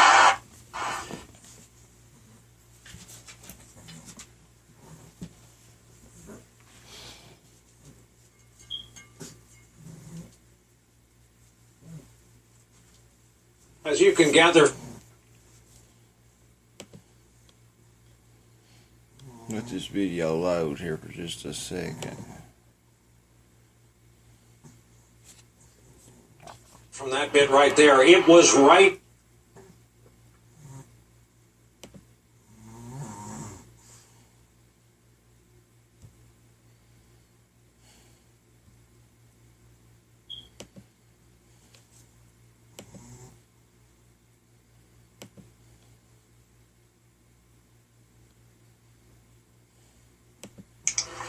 When a guy who lives on Fifth Avenue in the most beautiful apartment you've ever seen comes to Alabama and Alabama loves that guy. I mean, it's crazy. As you can gather from that bit right there, it was right out of the campaign. Donald Trump.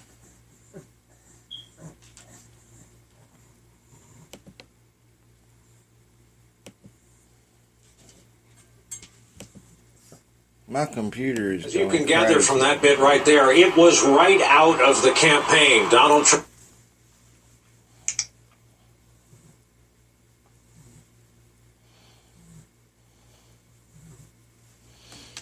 Let me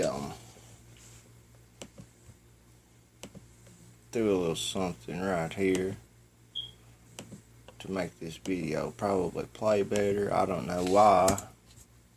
It works better like this.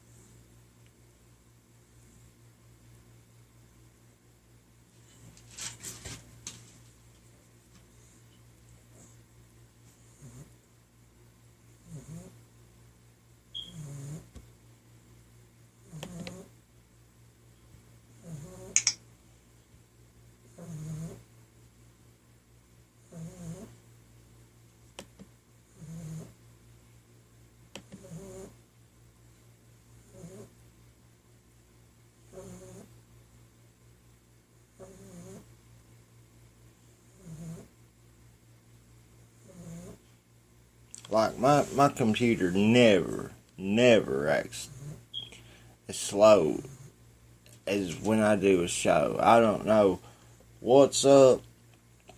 If it's the damn NSA, I don't know, the deep state's hacking me, I don't know.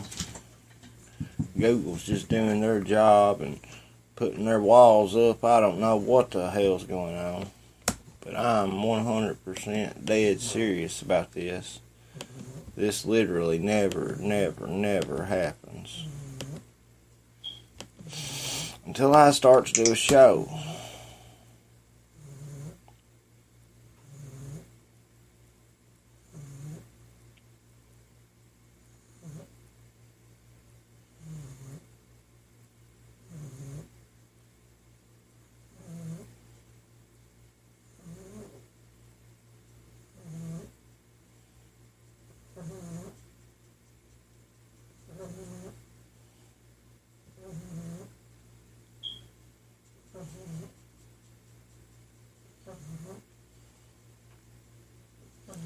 But yeah, they bring out the king of fake news, the guy who invented it, the guy who claimed that he was shot down in a Black Hawk helicopter, and la-di-da-di-da in Afghanistan, Brian Williams.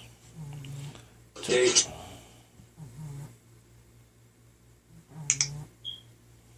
$240.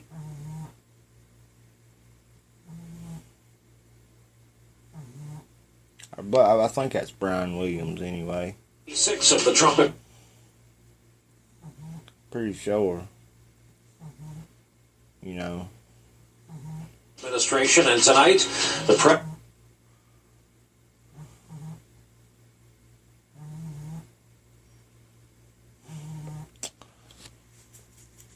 Well, come on.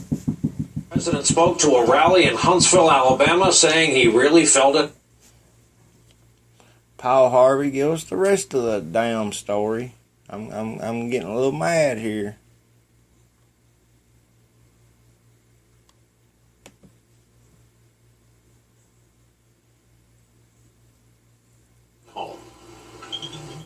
These are Alabama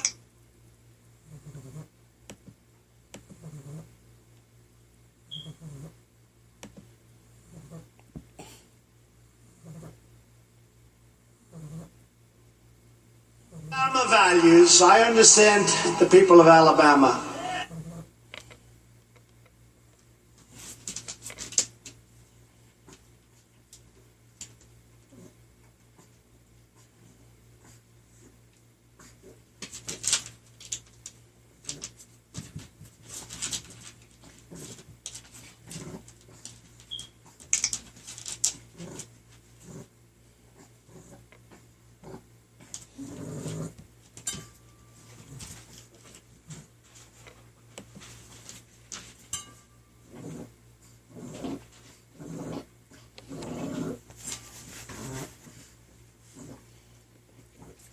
Date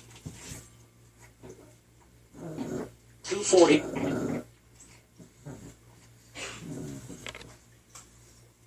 And I know you think that you're 6 of the Trump sitting here watching some bad internet stuff take place, but bad computer one.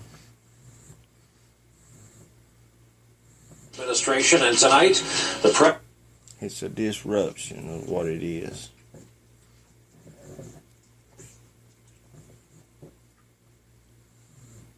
president spoke to a rally in Huntsville, Alabama, saying he really felt at home.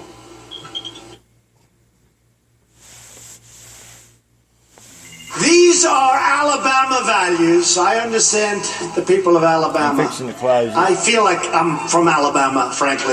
Isn't it a little weird when a guy who lives on Fifth Avenue? Yeah, that's just not going to do. That's just not broadcast worthy. That is just a piece of crap, and two HE double toothpicks with it, or hockey sticks, whichever one you want to use. But yeah.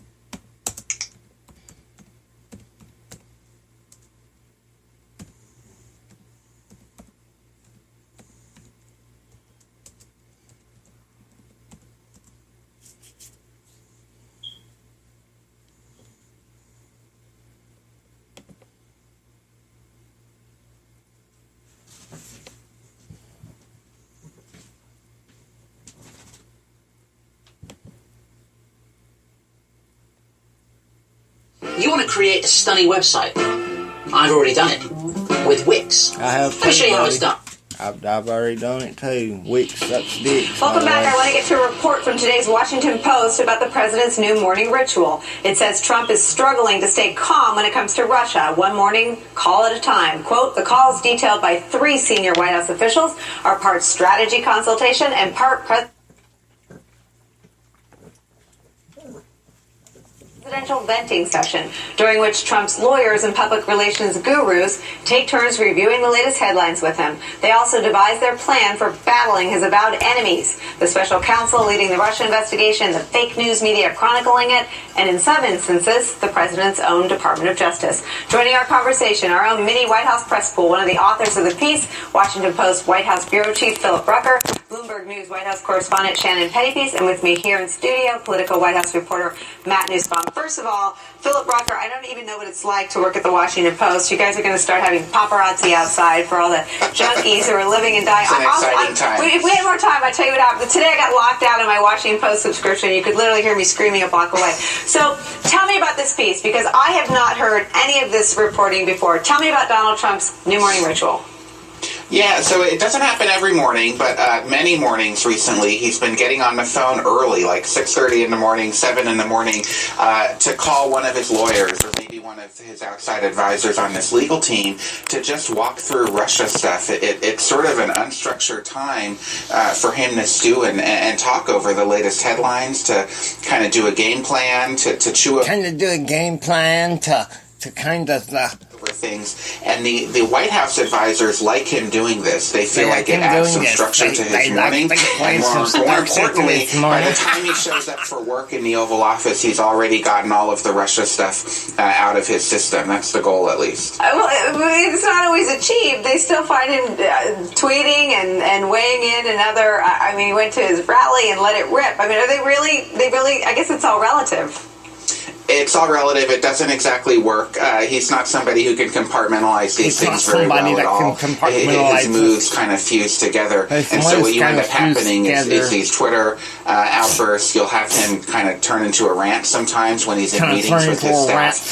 He's always thinking about Russia. It's that cloud, as he puts it, that hangs over his presidency. Shannon, let me ask you about who's up and who's down. There was a lot of talk on the back end of the foreign trip that with pulling out of the Paris Accord, the Bannon wing was once again ascendant, and the establishment folks were on the decline. Talk to me. I mean, Philip's got some great reporting about how he's constantly mad at his staff, and latest targets include White House counsel Don McGahn, and always poor Reince Priebus, who's always in his crosshairs. But what are you hearing about that internal dynamic?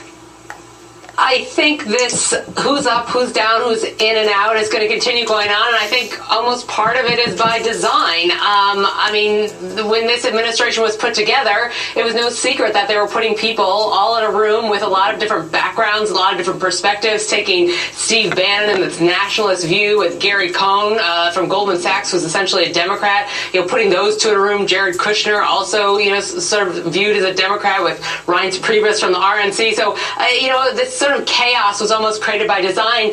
I don't think it's going anywhere. And, part of the issue is the more these members of the team are attacked, the more the president almost seems to come to their defense. It seems to rally behind them and sort of, circle the wagons and protect them. So, at some point, is Reince Priebus going to be here 4 years from now? Maybe not, but is any chief of staff going to be there 4 years from now? And for now, it seems like, as dysfunctional and chaotic as it is, the president's sticking by his team. Of course, that could all change tomorrow, but that's a sense I get as of before tonight. we're off the air, and we'll bring it right to everybody. Matt, let me get you on the record on not just this question about staff chaos, because I think there's a parallel during the campaign. We all kept waiting for the pivot to something that resembled a more traditional demeanor for the nominee of a party. We said, once he's the nominee, he'll change. I think it was one of the factors that led to Manafort being tossed out. Donald Trump said, I'm not going to change. I am who I am.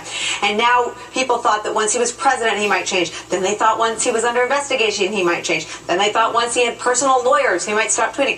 Donald Trump is never going to change. Is there still an expectation game in Washington, on the Hill, or on K Street that anything's going to change? Well, I think you're right that there's been this pattern. So people now finally realize, I would hope at this point, that the Donald Trump who they see every day, who they see on Twitter, who they see at these wild press conferences, that is President Donald Trump. And whenever people think after a congressional address, oh, now he's being more serious, now he's more sober, that's not the day-to-day Trump. The Trump you see on Twitter, the Trump you see off script, is President Donald Trump. And I think for a lot of folks on the Hill, a lot of Republicans, that's sort of a frustrating and worrisome reality. Hey there, I'm Chris Hayes from MSNBC. Thanks for watching MSNBC on YouTube. If you want... Yeah, we don't care much about watching NBC anytime, but I just use it to point out your dumbassness and your propaganda and stuff like that, and that's all that I use you for, so...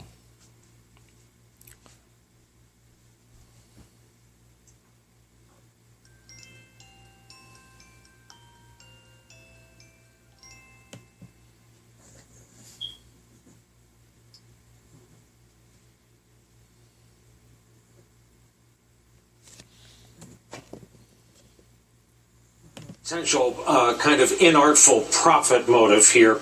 Investigators believe the exchanges of emails, which reflect Manafort's willingness to profit from his prominent... Hold it right here a minute. You see this same picture that they used during the last hit piece on Donald Trump with this big storm cloud over the White House. Do you see this? Do you see this? Like... that itself is propaganda, okay? Role alongside Trump created a potential opening for Russian interests at the highest level of a U.S. presidential campaign, according to people familiar with the probe. It has turned out, Ashley, that Manafort is a big, apparently juicy target for Mueller and a big place for Mueller to look for a flip.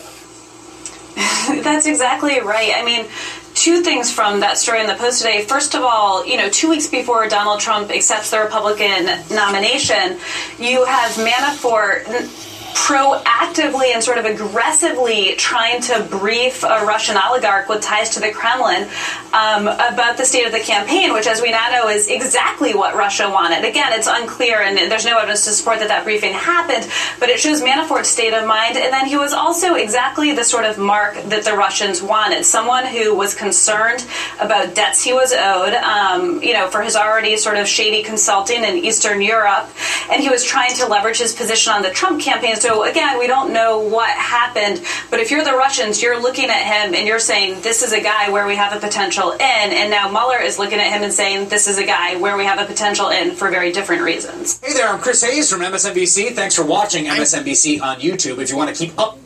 I'm Alex Morgan from The Alex Morgan Show, and if you want to keep up with shit that I say all the time, you go to my YouTube channel and just click subscribe, and you can watch me anytime you want to.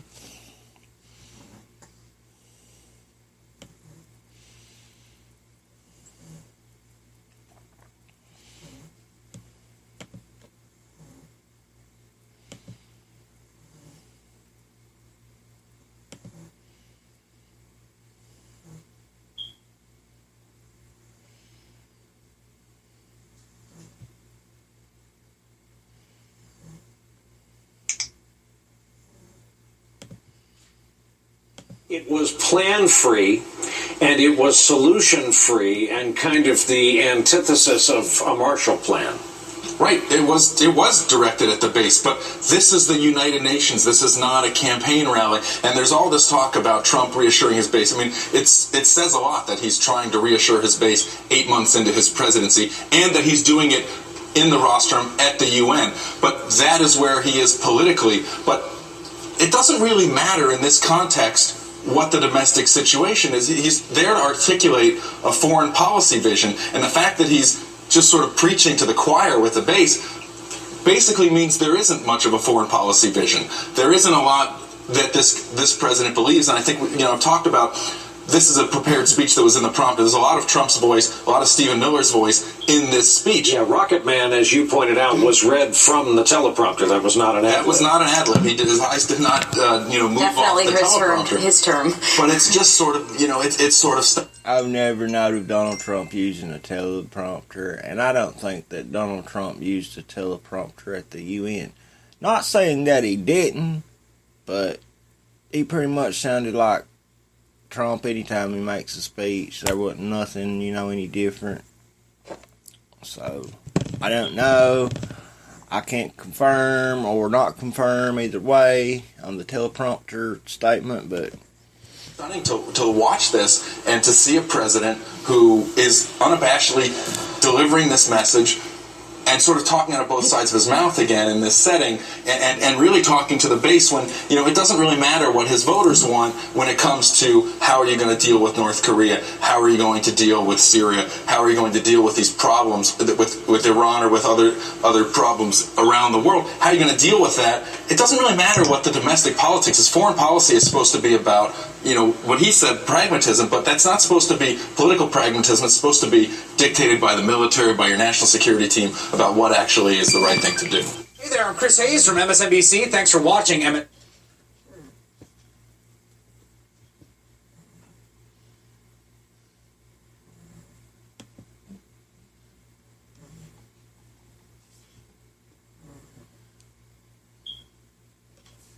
Administration will be remembered for Donald Trump's appearance on the world stage, in part because he declared his America First policy in front of the United Nations. He went on to declare terrorists losers. He called Kim Jong-un Rocket Man again, and he threatened to destroy North Korea if the U.S. was forced to defend itself.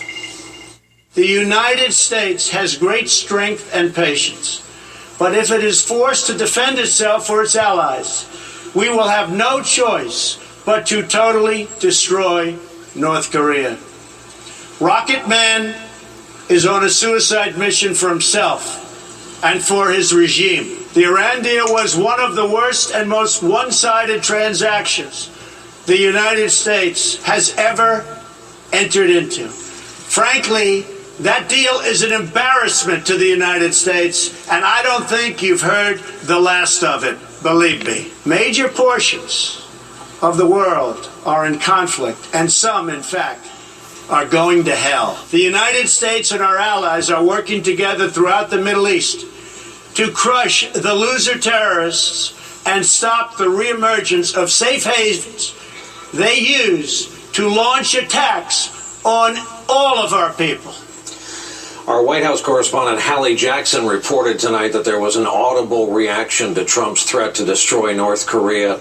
He called out several other nations. He saved his toughest language for North Korea and Iran. Then the depraved regime in North Korea. Band of criminals, hostile behavior. The Iranian government masks a corrupt dictatorship behind the false guise of a democracy, to an economically depleted rogue state whose chief exports are violence, bloodshed, and chaos, a murderous regime. It is time for the entire world to join us in demanding that Iran's government end its pursuit of death and destruction.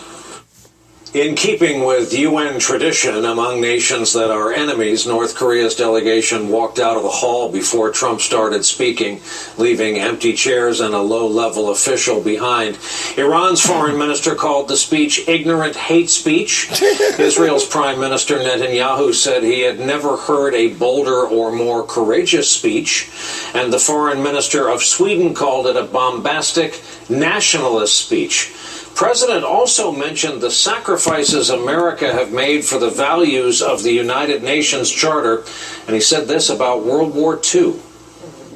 It is an eternal credit to the American character that even after we and our allies emerged victorious from the bloodiest war in history, we did not seek territorial expansion. A lot to talk about tonight. Let's turn to our leadoff panel. Jeremy Bash is with us, former chief of staff at the Pentagon and CIA, also former counsel to House Intel. Anita Kumar is... What was wrong with what he said about World War II? And what is wrong with sovereignty? Is it all of a sudden some kind of big sin? Some kind of unheard of sin? You know? Well, it actually is to these people. These lying bastards. Okay? I mean, I hate to call anybody a bastard, but let me tell you something. These people right here, just because that they wear, nice $1,000 Italian suits, that don't mean that they're good people. That don't mean that they have your best interest at heart. That don't mean nothing, folks. Just because they come on your TVs every day, all clean cut and smiling and they're pretty good looking people, and they wear suits and ties and whatever. That don't mean that they're good people. That don't mean that they're looking out for you and your family's best interest. They're telling you to drink the fluoride in the water. They're telling you to not support nationalism, to not support the sovereignty of your nation or any nation. They're telling you to support Hollywood, and these people in Hollywood are so much better than you. They have money and they have power and they have anything they want. While they're the kings of the world, they can fly around on their jumbo jets all they want to, and while they leave a humongous fossil fuel footprint, and support global warming, they're all so full of it that they reek of it. Okay, let's see what these three stooges right here have to say. 1, 2, 3. With us here in New York, White House correspondent. She is so ugly. Correspondent from McClatchy newspapers, and Eli Stokols is with us, White House reporter for the Wall Street Journal and an MSNBC political analyst. Eli, you go first. What was that we witnessed today? It was a lot of machismo and bombast, sort of presented as a foreign policy. I don't know that talking tough and trying to intimidate world leaders has ever really worked as a foreign policy, but that's what the leaders of all these other countries saw. And there is such a wide gulf between the rhetoric and the reality here. There are a couple examples. He said we have to call out the enablers, the people who are enabling these rogue regimes. But the president didn't do that himself in the speech. The only time he mentioned Russia, the only time he mentioned China, it was to thank them for supporting sanctions resolutions at the UN. He said nothing about their role supporting Assad, propping up North Korea. He's talking about the Iran deal. The tell was when he said, it's one of the worst deals. You haven't heard the last of it. Believe me. Believe me means, this is bluster. Because what has the Trump administration done on the Iran deal? They've certified that Iran is complying with it every single month. Doesn't seem like they're going to tear the thing up. And you talk about self-interest of these sovereign nations as some impetus for international collaboration.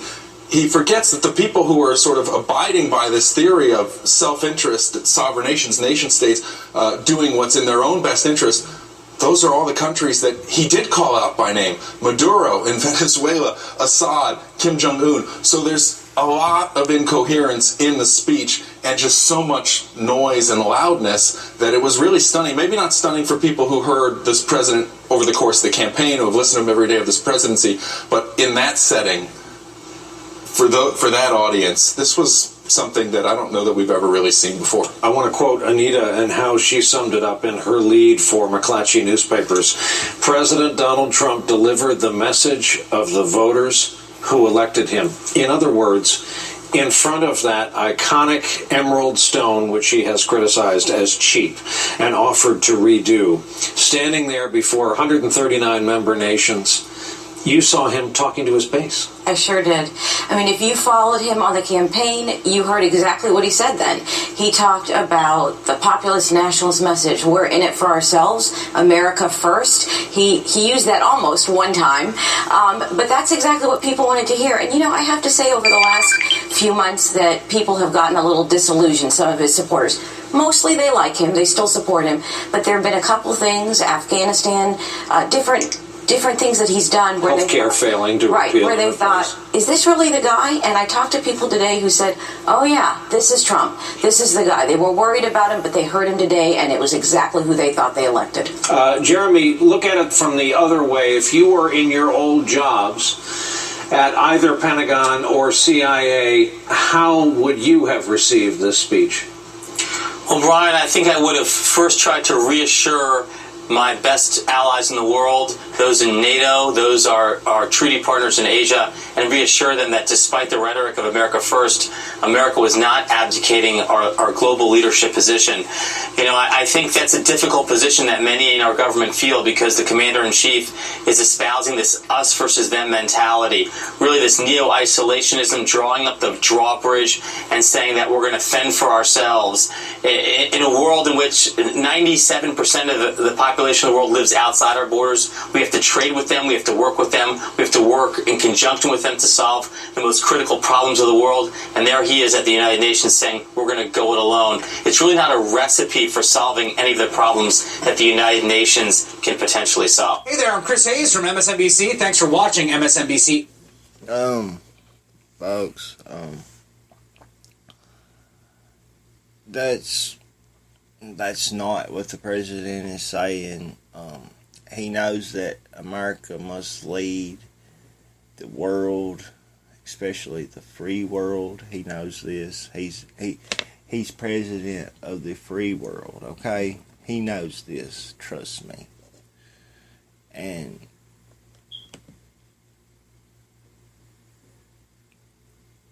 they try to act like he don't like no other foreign country.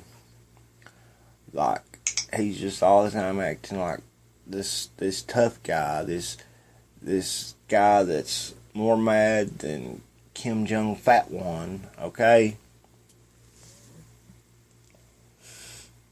That's all they try to do is paint the president as the bad guy and point us out as the racist who elected the white supremacist, okay? That's all that their agenda is for. I'm going to leave those articles, what's up on alexmorgannews.com, I'm going to leave them up for a little while.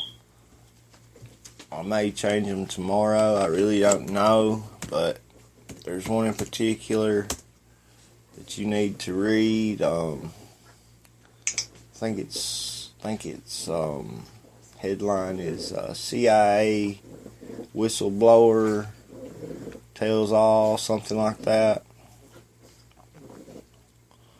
Trump takes on NFL kneelers, pulls Curry invite to White House. That's the headlines up on Drudge right now.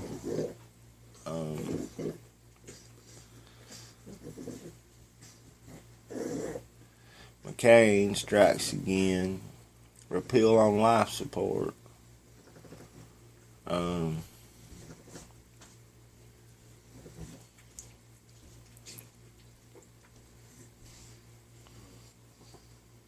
Meat continues his #1 most watched Sunday show. That's Meet the Press, I think.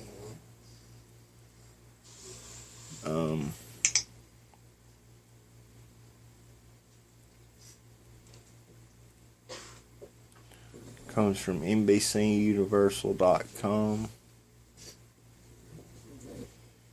Meet the Press with Chuck Todd continues as the number one most watched Sunday show across the board, season to date.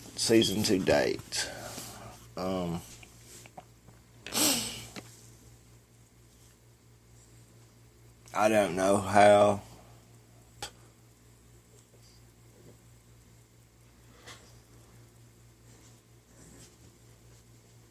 Here you have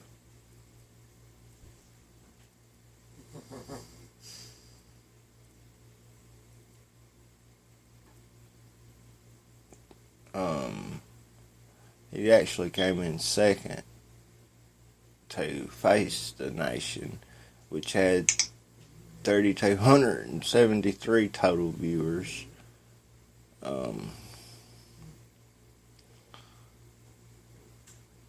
How are they? I guess they're basing that on the duration of minutes watched. Still, their ratings are in the toilet, people. Okay, I mean, yeah, I'd like to have 3,000 views per episode myself, but really.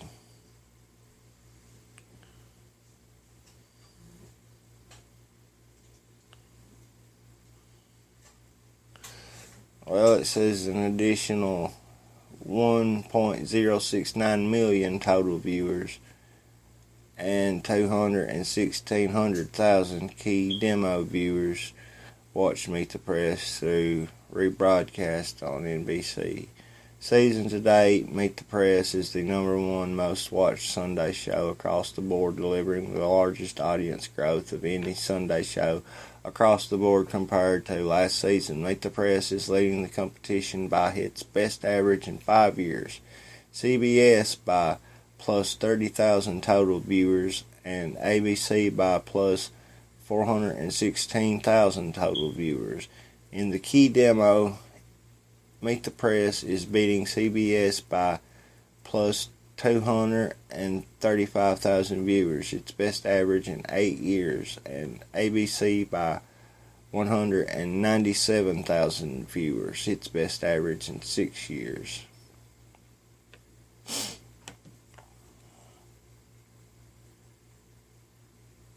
Bitter Hillary. Women who support Trump, quote, disrespecting selves.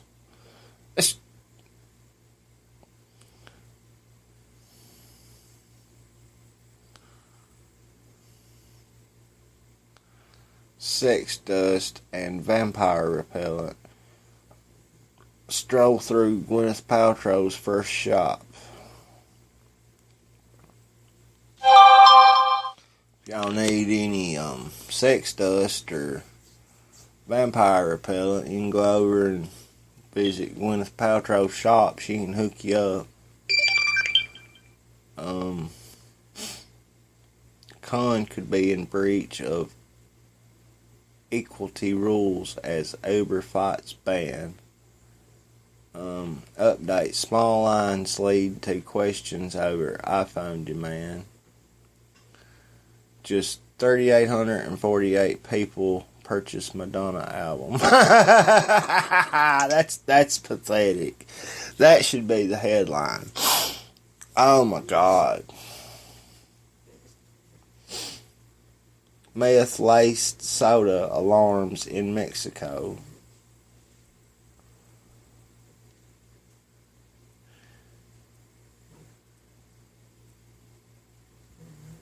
But that's just some of the articles on Drudge this evening.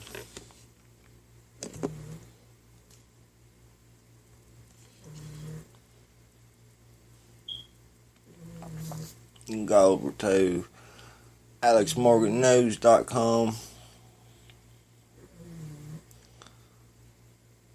Right here I've got it highlighted in red. It's in the third column over, second one down. High-ranking CIA agent blows whistle on the deep state and shadow government. That's an article right there from zerohedge.com that I definitely recommend that you go read. It's full of some amazing information.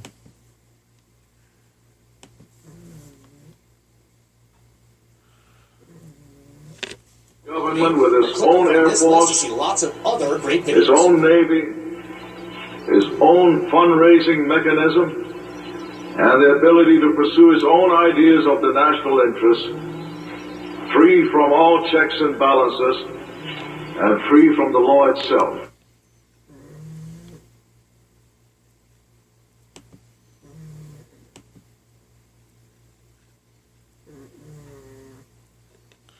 This video here, I'm not going to play it.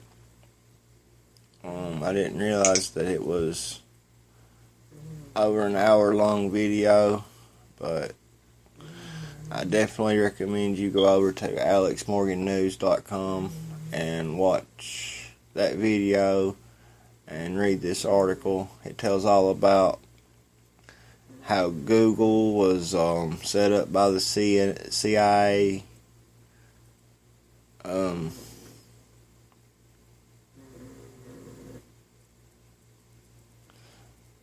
The shadow government controls the deep state and manipulates our elected government behind the scenes, end quote.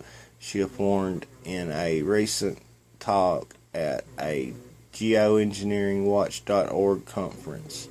Schiff had a series of slides explaining how the deep state and shadow government functions, as well as the horrific crimes they are committing against U.S. citizens.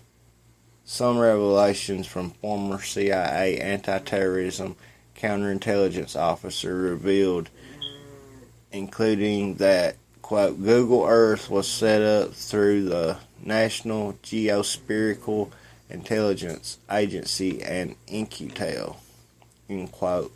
Indeed, he is correct. The CIA and NGA owned the company Google acquired Keyhole Inc., paying an undisclosed sum for the company to turn its tech into what we now know as Google Earth. Another curious investor in Keyhole Inc. was none other than the venture capital firm In-Q-Tel, ran by the CIA, according to a press release at the time. But yeah, you can go over to alexmorgannews.com and check that out. I definitely recommend it. It's a definite read.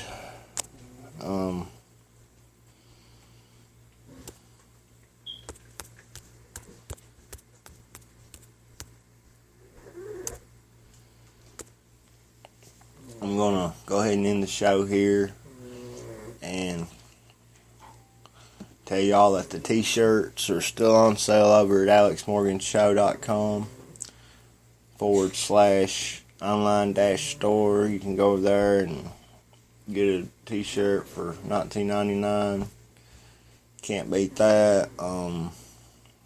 I can still hook y'all up with one of the embroidery sweatshirts, excuse me. They're like, you can have any design you want put on them. You'll have to email me about that if you want one of those. I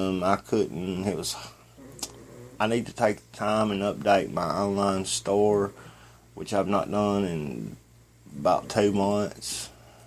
Since I ain't updated my online store in over a month, and I haven't updated the one at freedominternetradio.com since I made that site. So yeah, I definitely need to do that. That's on my to-do list.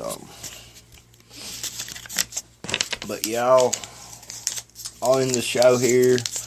And I'd like to thank everybody for watching. I really hope that y'all enjoyed the show.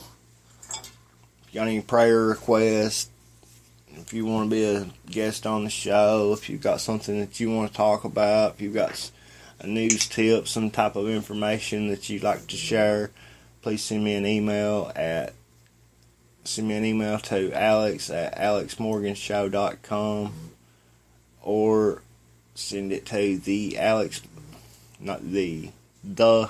Morgan Show at gmail.com.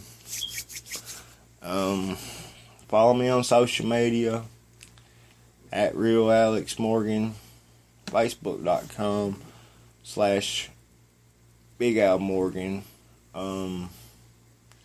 Twitter, you can follow me at Real Big Al Morgan, at Alex Morgan Show, at AM Show News. All those links go over to gab.ai. Sign up, become a member if you haven't already. Send them a donation, send them $1, send them $5. Send me $1, send me $2, $5, whatever you can if you want to.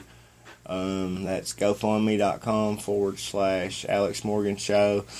I appreciate everything. I couldn't do this without you all.